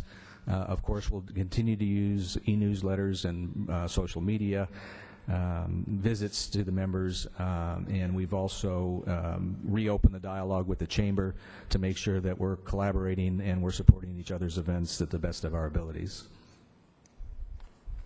The Main Street program was a concern starting last December or before that, but was really brought to the forefront in December. I reported to you that we are working on active issues that were addressed by the California Main Street Alliance leader. All those action items have in fact been completed. We've sent 2 members to their annual training conference. And just in the last week or 2, we received confirmation via conference call and discussion that the letter of certification is in the mail. There was a national conference in Detroit this past week, so that we couldn't have it in time for this meeting. Some of the other things that we've done in the downtown, large part of it based on a grant that we received from San Diego County by our design committee chair, spearheaded Janice Clefane, brought us these bike racks, got on the cover of the Vista magazine, and I'm sure you've seen those 5. They're a very attractive addition to downtown. We've also did seasonal lighting on the trees and some of the poles, and we hope to put a plan together to keep those lights, or put those lights back in place and keep them year-round. And there's a mural going up on the Lush Coffee and Tea building that is just beginning to get started right now. We've got all the paperwork signed and the checks cut to buy the paint and begin the design of that. So we're very excited about the things that are happening down there with the design improvements, but we've also done some more mundane things such as neighborhood watch type things. One of the brand new installed kites that was put down there had fallen over. One of our board members was quick to report that to the city, and it was taken down and put back up. The water fountain there across from the gazebo parking lot needed some maintenance. Some of the street lights were out, graffiti now and then. And possibly new businesses that come into the area that may not have known that they need to get business licenses. So we think that's a value add of the VVBA to continue to be a neighborhood watch type of organization to get things straightened up as well. The road ahead, next week, our new board is going into a full day-long retreat. We think that's important as an annual event, just as you guys do, to step back away from the day-to-day grind and reflect on where you've been and where we're going to go. We have a full day set aside with that, which is still going to be crunched. We are going to be hearing a speaker and exploring the concept of different ways to manage the VVBA and perhaps even consider a different revenue model or funding district for the downtown as well. So we hope to come out of that event more educated and spend the rest of the afternoon trying to put the specific mission and goals together for the year ahead. South Santa Fe was always been one of my desires, is to get personally involved down there. Now that redevelopment is gone, we need to have a more active role in trying to improve that downtown area. There's also been a lot of concern about, we're always running events down in historic downtown. What about the Krikorian area? What about South Santa Fe? Can't say too much about South Santa Fe just yet, but we already have began discussions and even had some improvements with the cross-promotion between the Krikorian complex and historic downtown. Facade improvements has always been part of the program, but we want to continue beyond that into other areas of beautification. We are definitely going to have better event management, and we also, as you all know, the patronage to downtown historic Vista has improved over the last few years, particularly with the thanks of Yellow Deli, Mother Earth, now 50 Barrels, and soon to be Wavelength, as well as the established businesses like the Village Pub and Curbside Cafe and Village Cafe. We were going to capitalize that and continue to brand the downtown area with all these exciting things that are going on. So with that, I appreciate your time. I appreciate your patience. And again, I want to tell you that I think I'm not the only one that's very excited about the changes at VVBA and the Downtown Association, and feel that the model that the VVBA uses in leading the downtown organization is the right one for this particular objective. Thank you. Thank you. And Mayor and Council, I want to add one thing to the presentation. You were all made aware last week that the VVBA had been due rent to the city for the months of February, March, and April, and today the city received a check for that back due rent, so they are current. Great. Janice?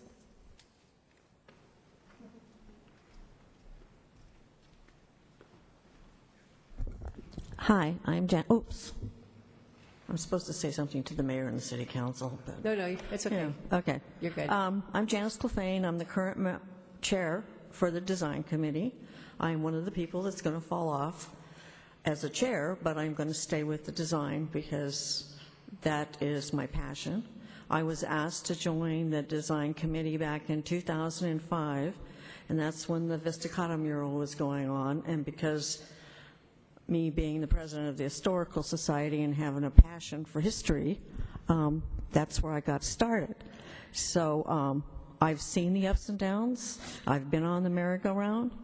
I think this new organization is finally got the people behind it, and I know that we're going to move forward, and I will continue to work on grants that will complement the beautification of Main Street, the Krikorian, and South Santa Fe as it progresses. And that's it. Thank you. Jonathan, I love this. You put down Koino. He did the pronunciation for me. Will you hear that when I was murdering those names of the queens? I ran back up there real quick. I'm Jonathan Koino. I've been in this town for 50 years, and 50 years ago, as a little boy, I never thought I'd be here today. Basically, what I have to say is most of you know me.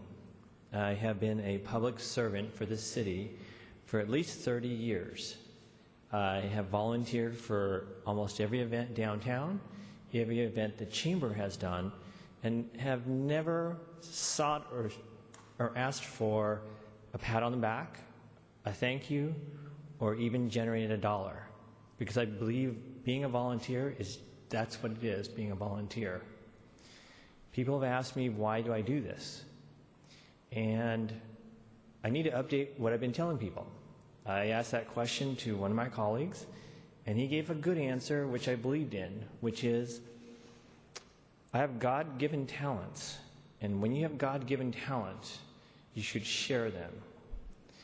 And I know before I pass away, and I will pass away in this city, I want to be able to provide something for my children who both work right now in downtown organizations. With that said, all I can say is that, am I perfect? No. Do I make mistakes? Yes. And do I own up to them? Yes. but I will work as hard as I can to provide something for the citizens of Vista.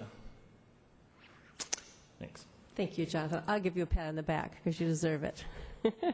I can't believe your kids are that old. Okay. Jonathan went to school with my daughter, so I remember him from for years back here. Okay, Chuck Rabo. I didn't see, is Chuck still here? Oh, he's probably. I don't see him right now. Okay. Having a smoke. If he comes back, we'll get him. Robert Mance.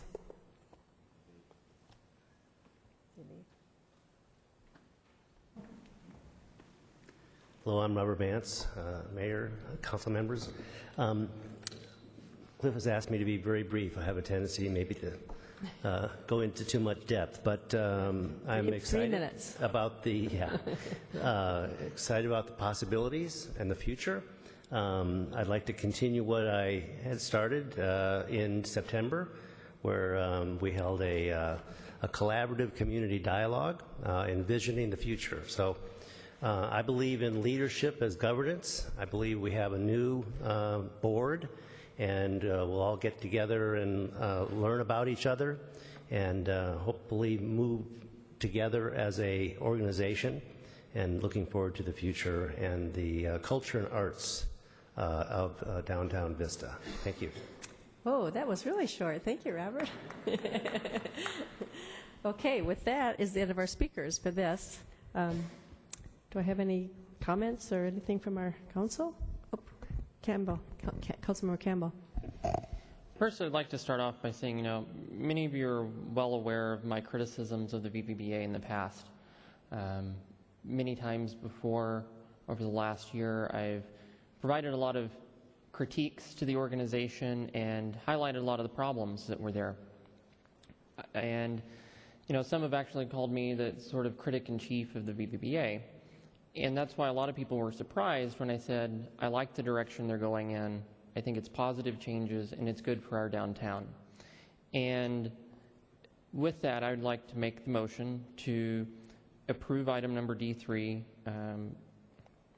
granting the administration of the Central Vista Business Improvement District to the VBBA, with one caveat that I think hopefully everybody's acceptable to, which is instead of just having a written report from the VBBA go to our Economic Development Department, I'd actually like a quarterly update from the VBBA to actually come in for 5 minutes to the council here and just give us an update on what's going on downtown, what the progress is.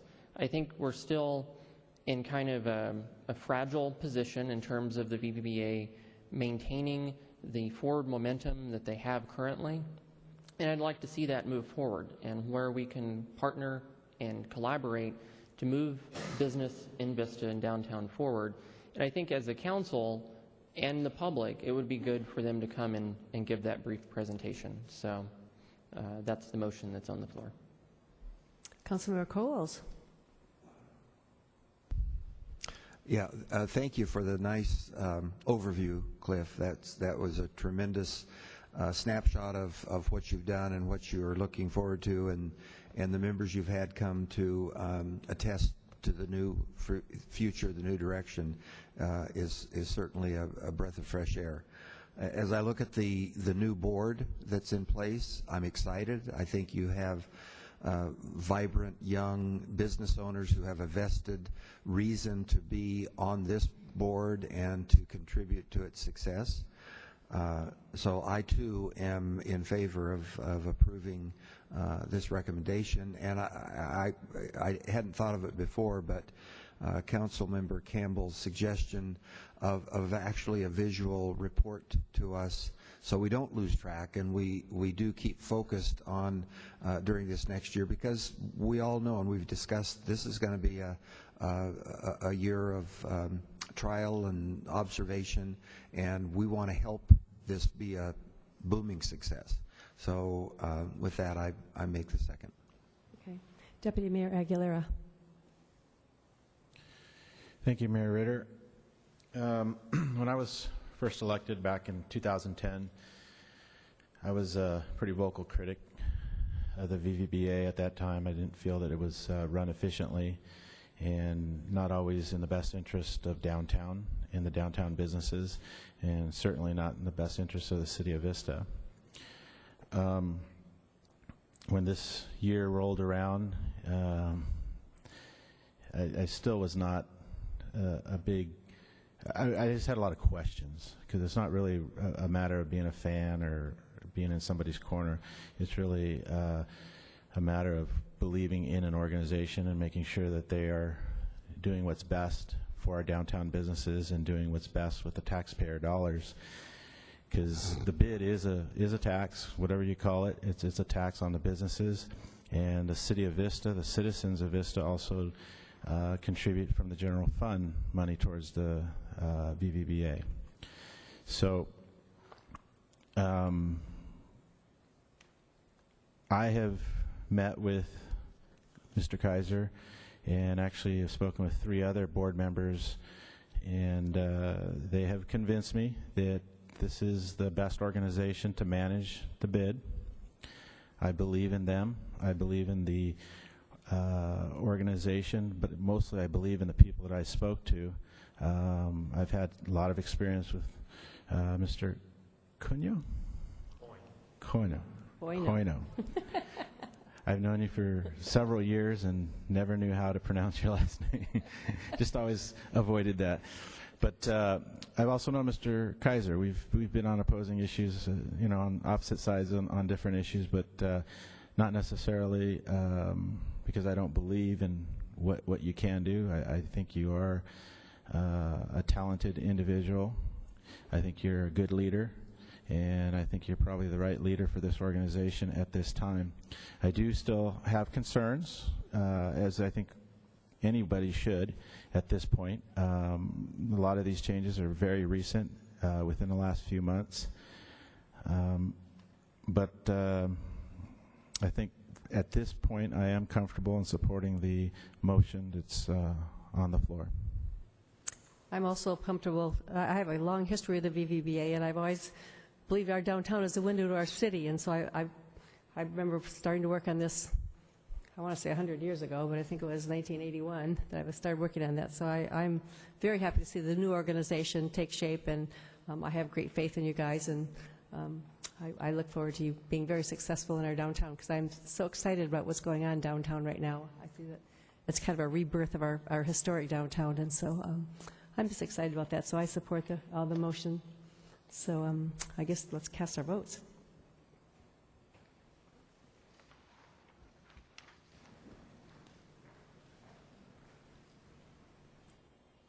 Are we good?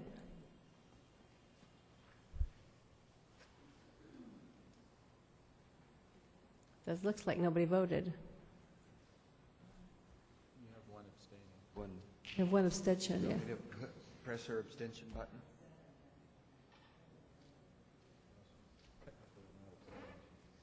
She's absent. She isn't really absent. Okay, we'll do it again. Everybody?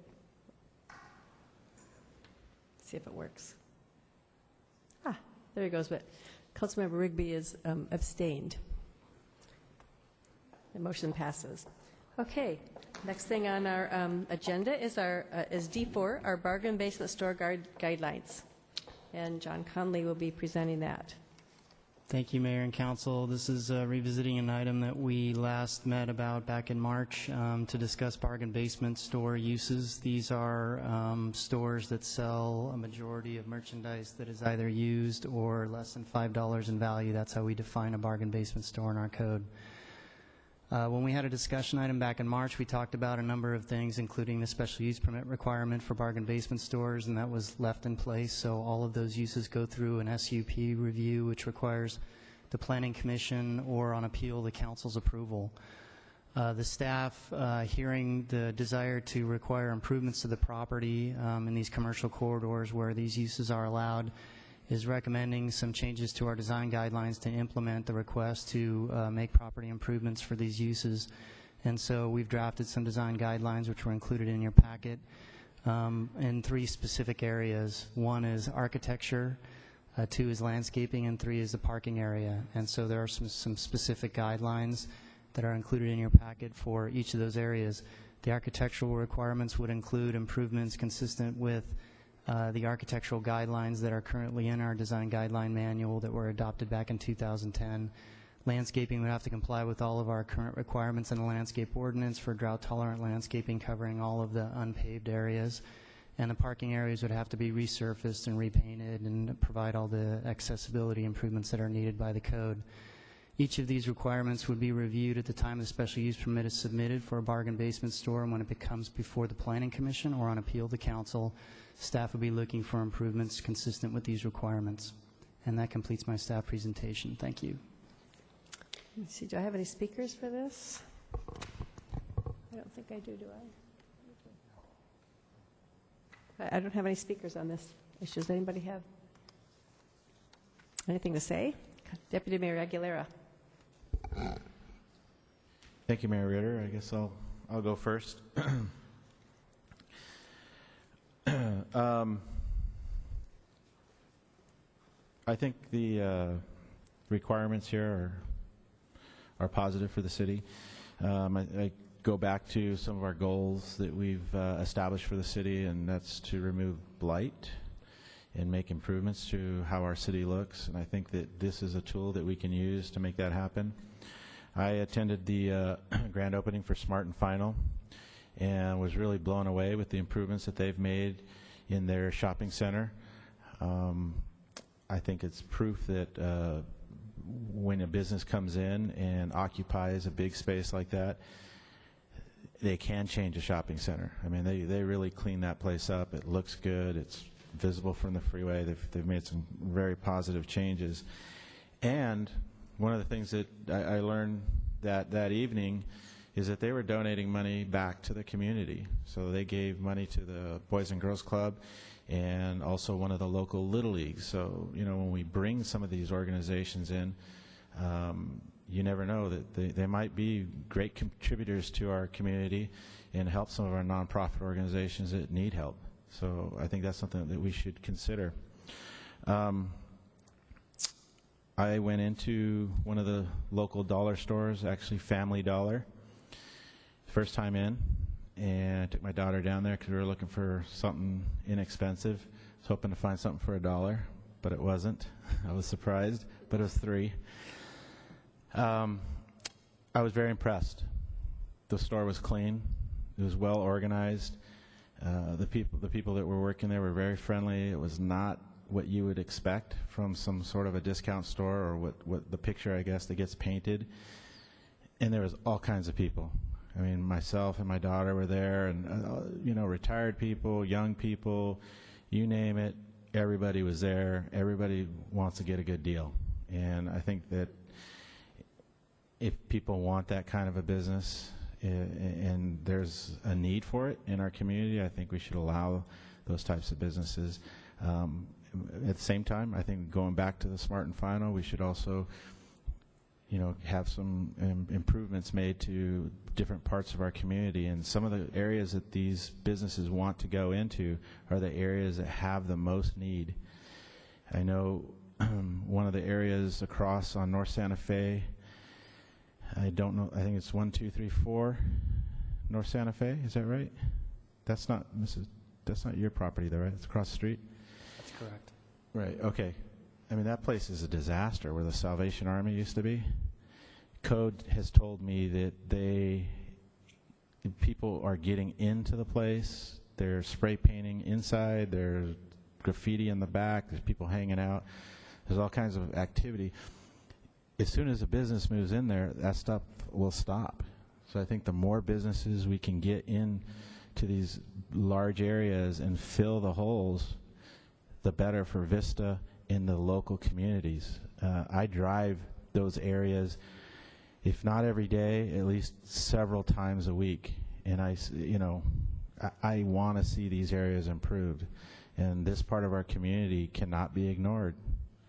So I'm very much in favor of being able to help local businesses, local property owners provide space for these businesses. Thank you, Mayor. Councilmember Coles. Thank you. I commend you, Mr. Connolly, for the work you've done to put this recommendation together. And I know it's been a tough job to take the temperature of this council, who've had a lot of diverse opinions about how to approach this issue. And I think you found a balance of ensuring that if one of these is approved, they're going to bring with it some upgrades to the look of our shopping areas and our city. I also attended the grand opening of the Smart and Final, and while it isn't a bargain basement, it's in an area that supports some of those kinds of businesses, and the center is 180 degrees from what it was a year ago.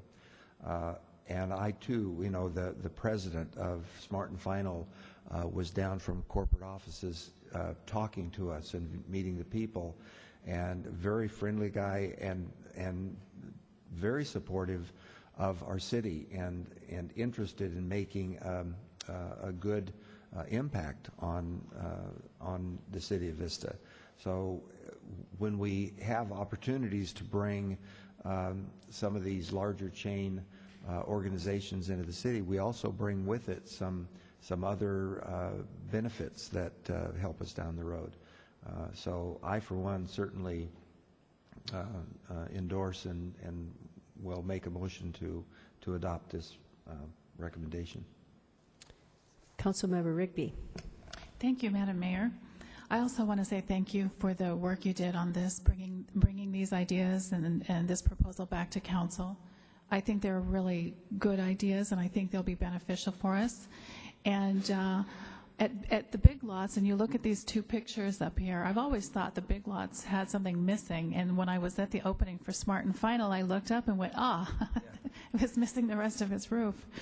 But I think it's a nice design, and I like that you included it as an idea. So thank you for that, and I'm happy to second Councilmember Cole's motion. Deputy Mayor Aguilera, are you on there again? Yes, Mayor, I was just going to second. I forgot to make the motion. Sorry. Okay, that's fine. Okay, I'm also going to be supporting the motion. I just thank you, John, for Mr. Connolly, for all that you've done for both of this. That I think this is great to make them have some upgrades if they're going to put the business in there. So that's probably one of the only ways we'll get some of these old shopping centers upgraded. So please cast your votes. Do you have one more? The motion passes unanimously. Yes. So, Mr. Conley, since Mrs. Doucette is here, where are we at with that project? That was approved by the Planning Commission, and they are under construction right now. Okay, so and I noticed the construction, so it looks good. So Yeah, it's getting better. Thank you. I went by there too, and I noticed it was all under construction. So that can't wait to see the final how it ends up being. Okay. The next thing on our agenda is our public hearing, and I'll open the public hearing. It's a North County Square specific plan amendment. And let's see. Community development.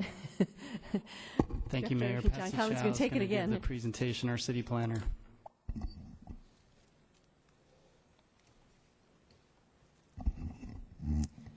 Good evening, Mayor Reeder, council members. I'm Patsy Chow, city planner with the Community Development Department.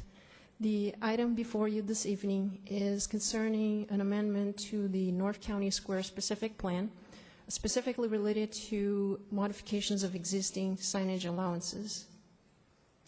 The applicant has basically come forward with a request for signage allowance changes for remodeling of existing signs as well as some new signs in order to create a more updated, a more current look for the entire retail center. And also requesting the changes to help increase consumer interest and attracting prospective new retailers.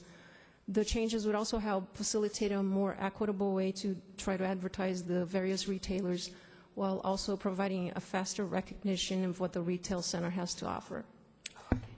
As far as the Planning Commission action on April 1st, 2014, the Planning Commission voted unanimously to recommend approval of the amendment to modify the signage allowances, with the exception that they did not support a proposed LED monument sign that was part of the package and before for their consideration.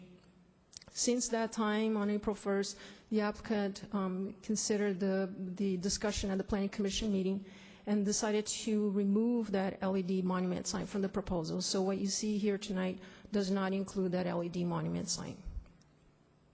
Just a key map to identify the general locations of the proposed signs as far as the remodeling of existing signs north of University Drive and some new signs along Sycamore, and then the remodeling of the freeway signs.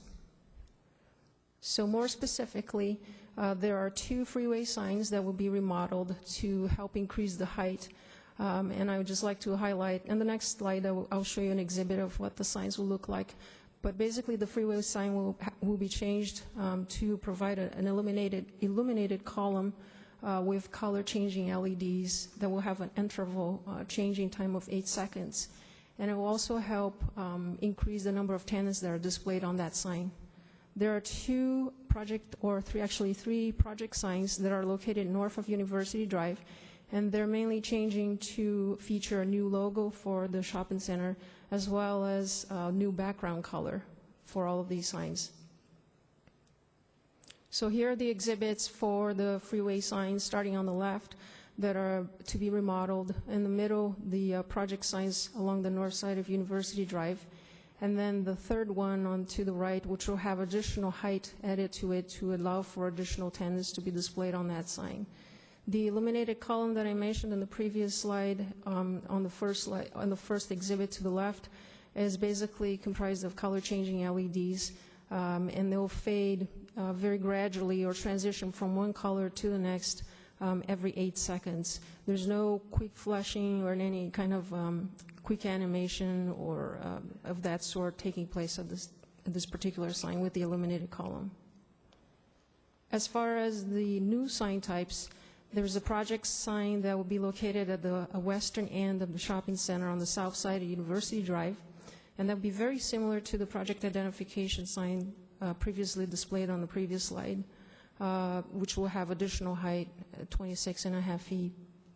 There will also be a project identification monument sign that will be located at the southeast corner of the shopping center facing Sycamore, near the on-ramp to the freeway. And that would be similar, where it will have an illuminated column just like the freeway signs, but it'll have like a mini version of that feature on this particular monument sign. There will also be a double-faced monument sign, 10 foot high, at the southwest corner of Sycamore and University Drive, and some new signs, a tower signage and some wall signs at the building located at 1980 University Drive, in the hopes of attracting a new potential retailer at that location and to allow more flexibility in terms of new signs at that particular building. And again, they're all going to be featuring new background color, the beige color, and a new logo for all of these signs. And these are just the exhibits showing the project sign, the illuminated column, the one near the freeway entrance, the monument double-faced, and then the additional signs in 1980 University Drive. And with that, the staff's recommendation is for the adoption of the ordinance approving the amendment to the specific plan, and I'm available for any questions you may have. Thank you. We have one speaker. Would you like to hear the speaker first? Steve Wells.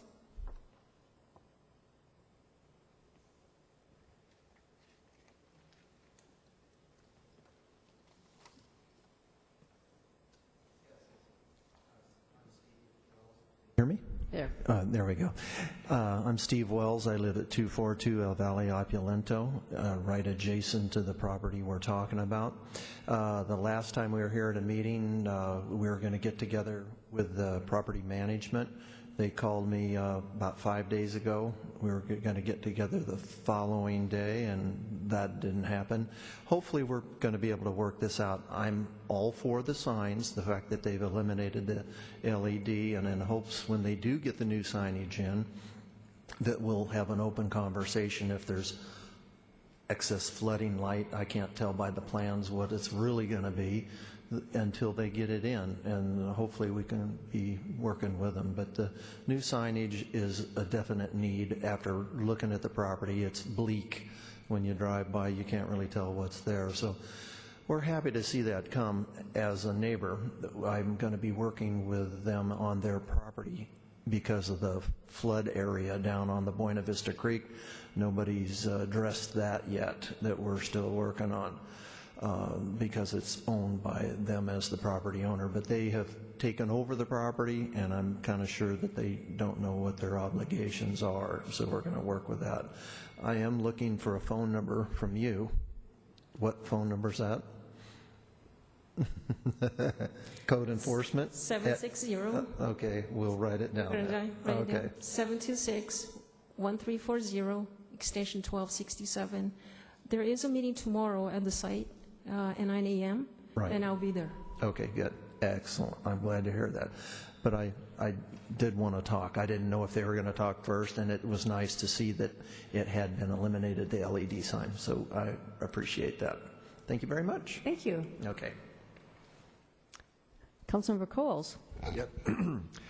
That's an excellent job that you've done in working with the owner of the area and adjusting to the needs and the uniqueness of our city of Vista.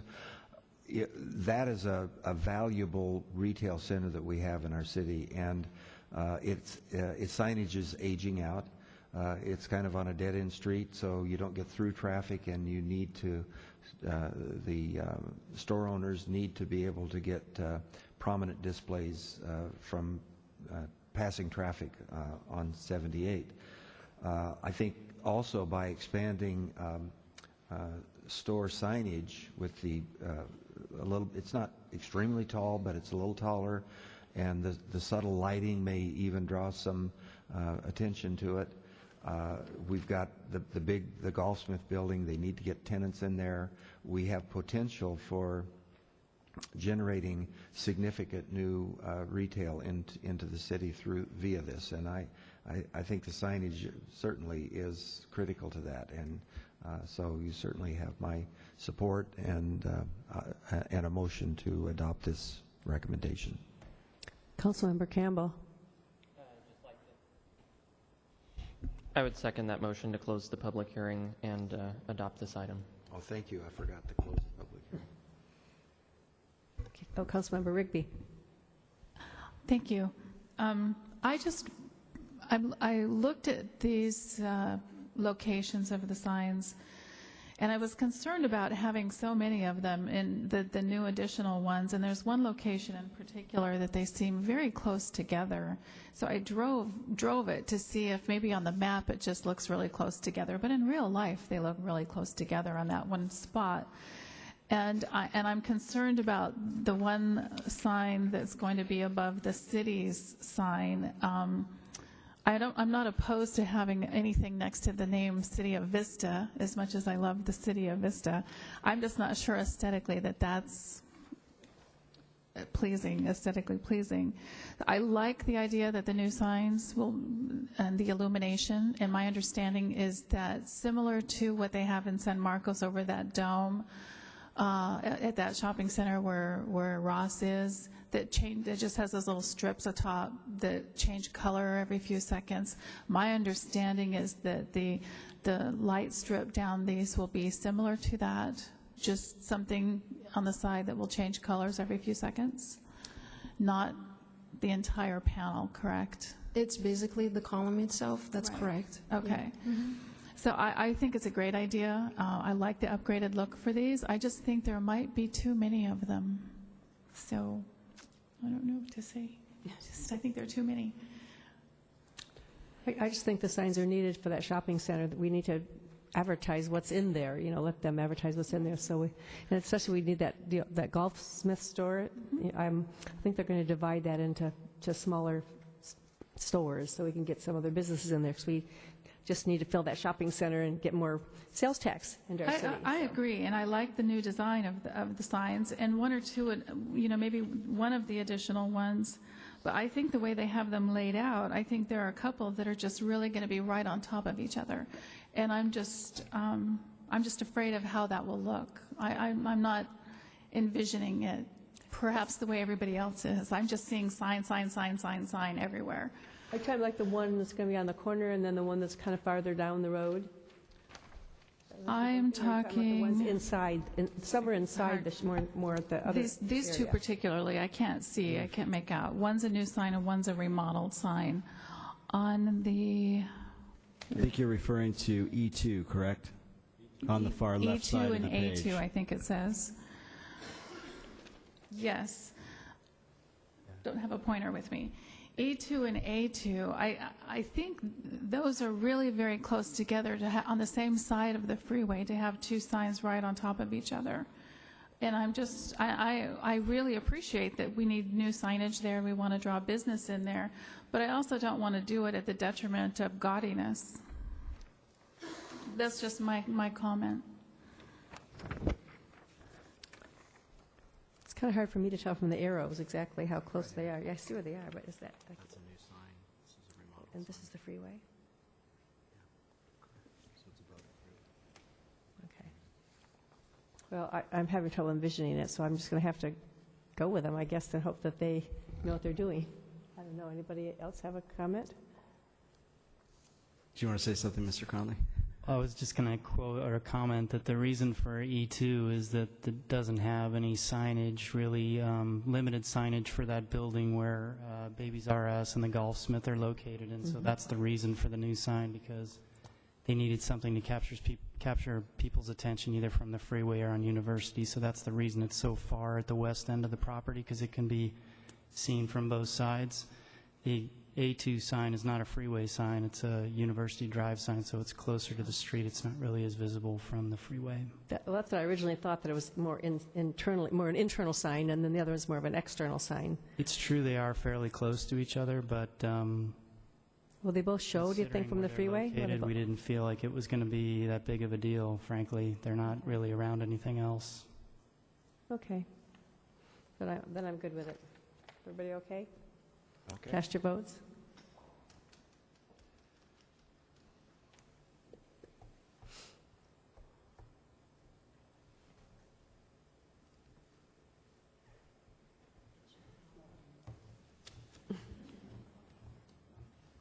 We need a drum roll. Okay, let's start again. Maybe it was too long. Okay, motion passes unanimously. So moving on, we have one more public hearing. It's the 2014 Regional Transportation Improvement Program update. Mayor, would you like a report on this item? Would you like a report on the item? I'm seeing no shaking heads. So in that case, then I would like to close the public hearing, and I'll make the motion. How about that? I'll second. Cast your votes. Motion passes unanimously. Okay, so after that, we're going to move on to oral communications, and I have two here. Is Joe, oh boy, here we go. Abinette? I don't see him. Okay. Gary Garrison.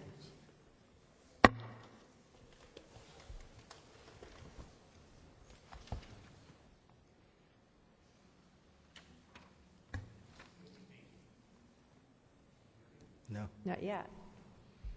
1, 2, 3. There you go. Good evening. My name is Gary Garrettson. I live on White Birch Drive in Vista. I'm a 21-year resident of the city. Mayor Ritter, City Council, City Manager, and staff. I rise to recommend the City of Vista consider creating a Veterans Commission. In the movie Captain America, Joe Wilson was asked why he would leave a good-paying government job to go on a dangerous mission. His reply was, because Captain America asked me to. Our military is an all-voluntary force that goes because America asks them to go. But so does the state of California, the county of San Diego, and the city of Vista. We all enjoy the daily freedom granted in a free society provided by the bravery and sacrifices of our great military force. Some gave all, but all gave some, to provide the banner of protection we enjoy each day. Freedom of speech, freedom of religion, freedom from fear, and freedom from want are part of that protection. Without that protection, each of us would be left to fight on our own. What is our choice, to care for our veterans or to go it on our own? The true test of our patriotism is how we serve our returning veterans. President Obama, 2007. I personally have great faith in the American Legion, the VFW, the DAV, the Veterans Association of North County, and the U.S. Department of Veterans Affairs. I belong to 3 of these organizations. They are all remarkable organizations that provide an incredible service to our veterans. However, too many veterans are still falling between the cracks. We have veterans committing suicide daily. Hundreds are homeless in our canyons in San Diego. Thousands are waiting for their benefits to be approved, and many died waiting for medical appointments. One is too many. A Vista Veterans Commission would localize the need and provide more personal attention and direction to getting promised benefits. We must ensure that no other veteran is ever forced to say that they deny till we die. I asked for a study of other cities with Veterans Commission and report back to this distinguished forum. President Obama said last week, all must be involved and concerned. Please show your concern and get involved to fix the problem, starting at the local level, working with the county, state, and federal representatives. I request that when we don't go a year from now and say when all was said and done, more was said than done. Thank you. Do I have speakers? Are those old? Those are old. Those are old, okay, but that's, I don't know if that's something that we want to talk, it's not agendized, so we can't talk about it. That's correct. Okay. Okay, well, I guess let Patrick know if that's something that you would like to do. I guess I'll start with Councilmember Rigby today. Thank you, Madam Mayor, and thank you to all of you who are still here. We don't usually have this many left at the end, and thank you for being here tonight. I would ask that we could have the record reflect, I guess I was remiss in my remarks, that it was upon the advice of our esteemed city attorney that I had a conflict and had to recuse myself. So if we could have the record reflect that, thank you. Just an FYI, if you see a group of people wandering through downtown tomorrow, I will be giving a tour, a walking tour of downtown with the Surfrider Foundation and the I Love a Clean San Diego group, and we're going to be looking at the ash can project to see if downtown Vista is an area that we want to put some ash cans. So if you get any questions about what's that group of people walking around downtown, that's who we are. Not that I just hang around street corners all the time in my spare time. So with that, I have nothing else to report. Thank you very much, and thank you to staff. Councilmember Coles. Well, we're launching into the summer season. The Strawberry Fest, I think we can all say, was a huge success. I'm anxious to hear some of the reports back, because it may have been record-breaking, at least in to some extent. I heard there were more strawberries there than ever before, so that was one good sign. Yesterday we, and Mr. Garrettson, the service we had here yesterday was absolutely somber and moving. For the Memorial Day remembrance of our veterans and those who serve and have served. And I will certainly be exploring that issue. I think it's one that's right for our region and worth pursuing. So thank you for giving us that report. I have nothing else to add. Councilmember Campbell. Well, I would just like to bring an issue up that I'd like to bring back before the council, and if the city manager or city attorney could advise the easiest way to do this. In regards to the recent actions the County of San Diego has taken, the City of Oceanside, in regards to an issue that we were one of the first to take up, which is the e-cigarette issue, I'd like to bring that item back before the council to discuss some additional measures within that policy I know we have a council policy that I can bring that item back for discussion. Is that the easiest way to do that? Or we can we pursue it that way? Yeah, you can get the support of the council, or because this item's been before council, you can bring that item back. Okay, I'd like to bring that item back. Is there anything specific that you want Yes. addressed while it's brought back? One of the issues, a couple of the issues I'd like to discuss is prohibiting the use in public parks and our city facilities, as well as prohibiting the possession of e-cigarettes by minors within the community or in the city of Vista. And I have nothing further. Deputy Mayor Aguilera. Thank you, Mayor Ritter. Yeah, Strawberry Festival was fantastic. I mean, I had a great time talking to many of the people from the city of Vista and a lot of out-of-towners. I was really impressed with how many people came from Temecula, Chula Vista, Ocean Beach, all over the place. And I guess some people from the LA area even. So that was really neat. I think that it's a good sign that events like that do draw attention to our downtown. And I heard that the money machines, the ATMs, were running low on cash, which is also very positive. That's a real good thing. So let's keep it up, keep supporting our downtown businesses, and again, events like that with the help of the VVBA, I think for the Taste of Vista, which is coming up next month.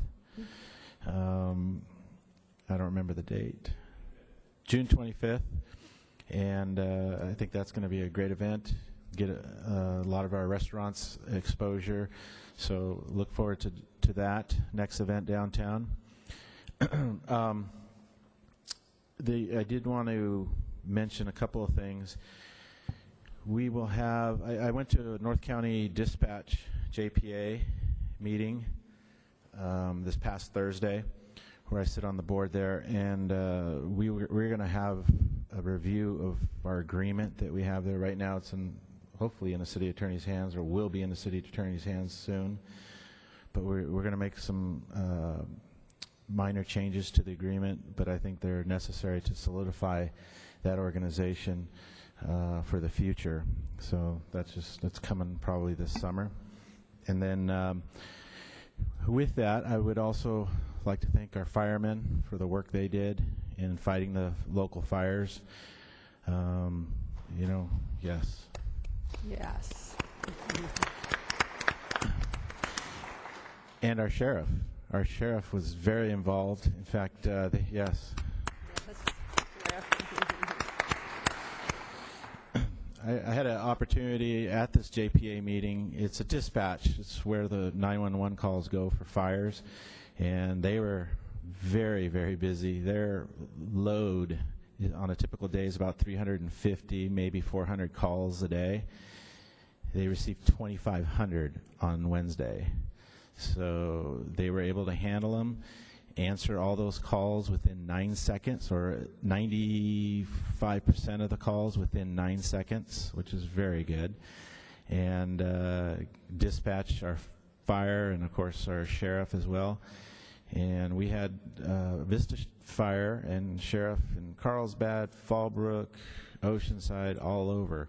And it is important to dispatch our firemen to these outside cities because they're protecting our city from the outside and not allowing those fires to come in. So I just wanted to commend all those people that sacrificed, and their families as well, because these men and women were away from their families, many for days, not just one day, but several days.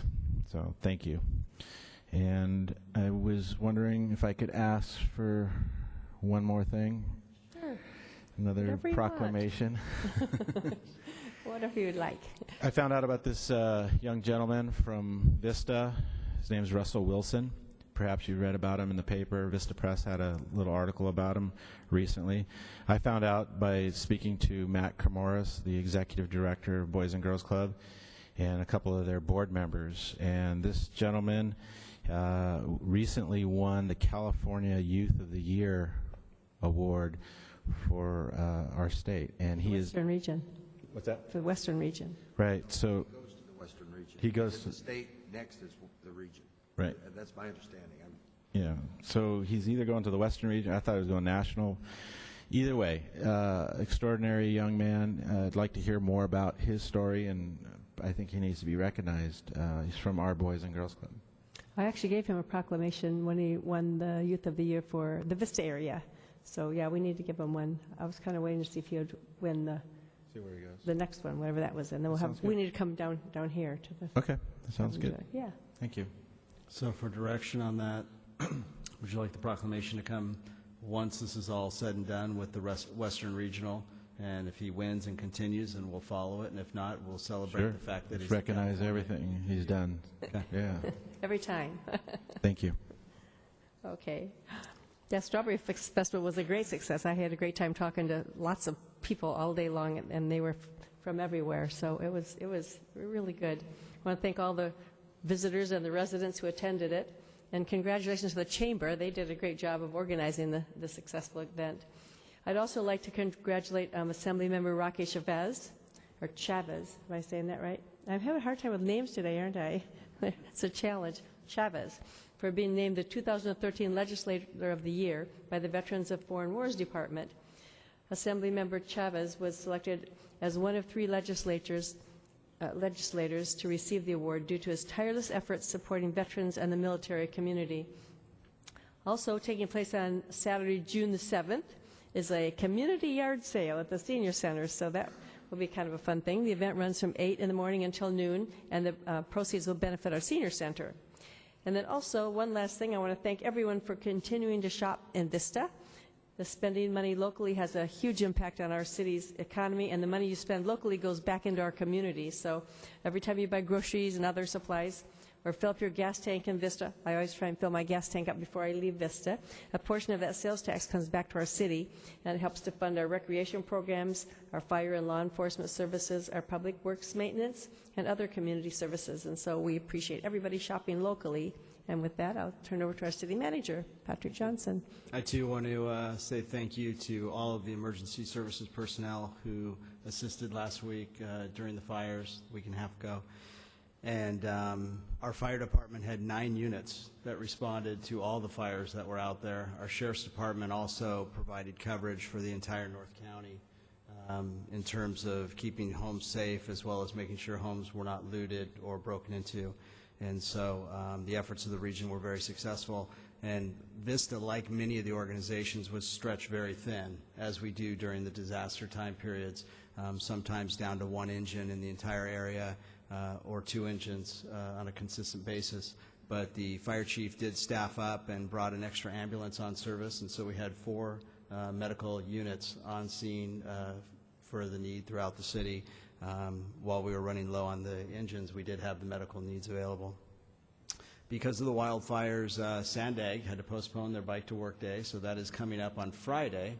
So if you're interested in more about that, you can go to iCommuteSD.com, find out more about the iCommute Day.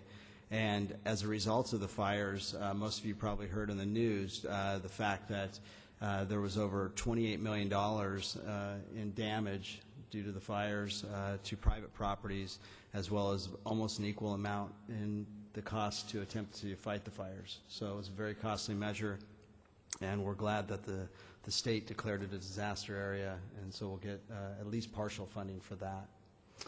On our website, we have a flyer on there, as well as some information on wildfires and how to be better prepared. So if you go to our website, which is cityofvista.com, you can find out how to be better prepared, and you can also find out more about the San Diego Emergency app that's available for your smartphone, so you can be plugged in and find out more about the fires. And I just want to say thank you to everybody that attended the Monty Python and the Holy Grail movie on Friday night. Councilmember Rigby was there as well. It was a good startup for those who aren't familiar with the movie into Spamalot, which opens on June 11 at the Moonlight Amphitheater. So should be an exciting summer season. So thank you.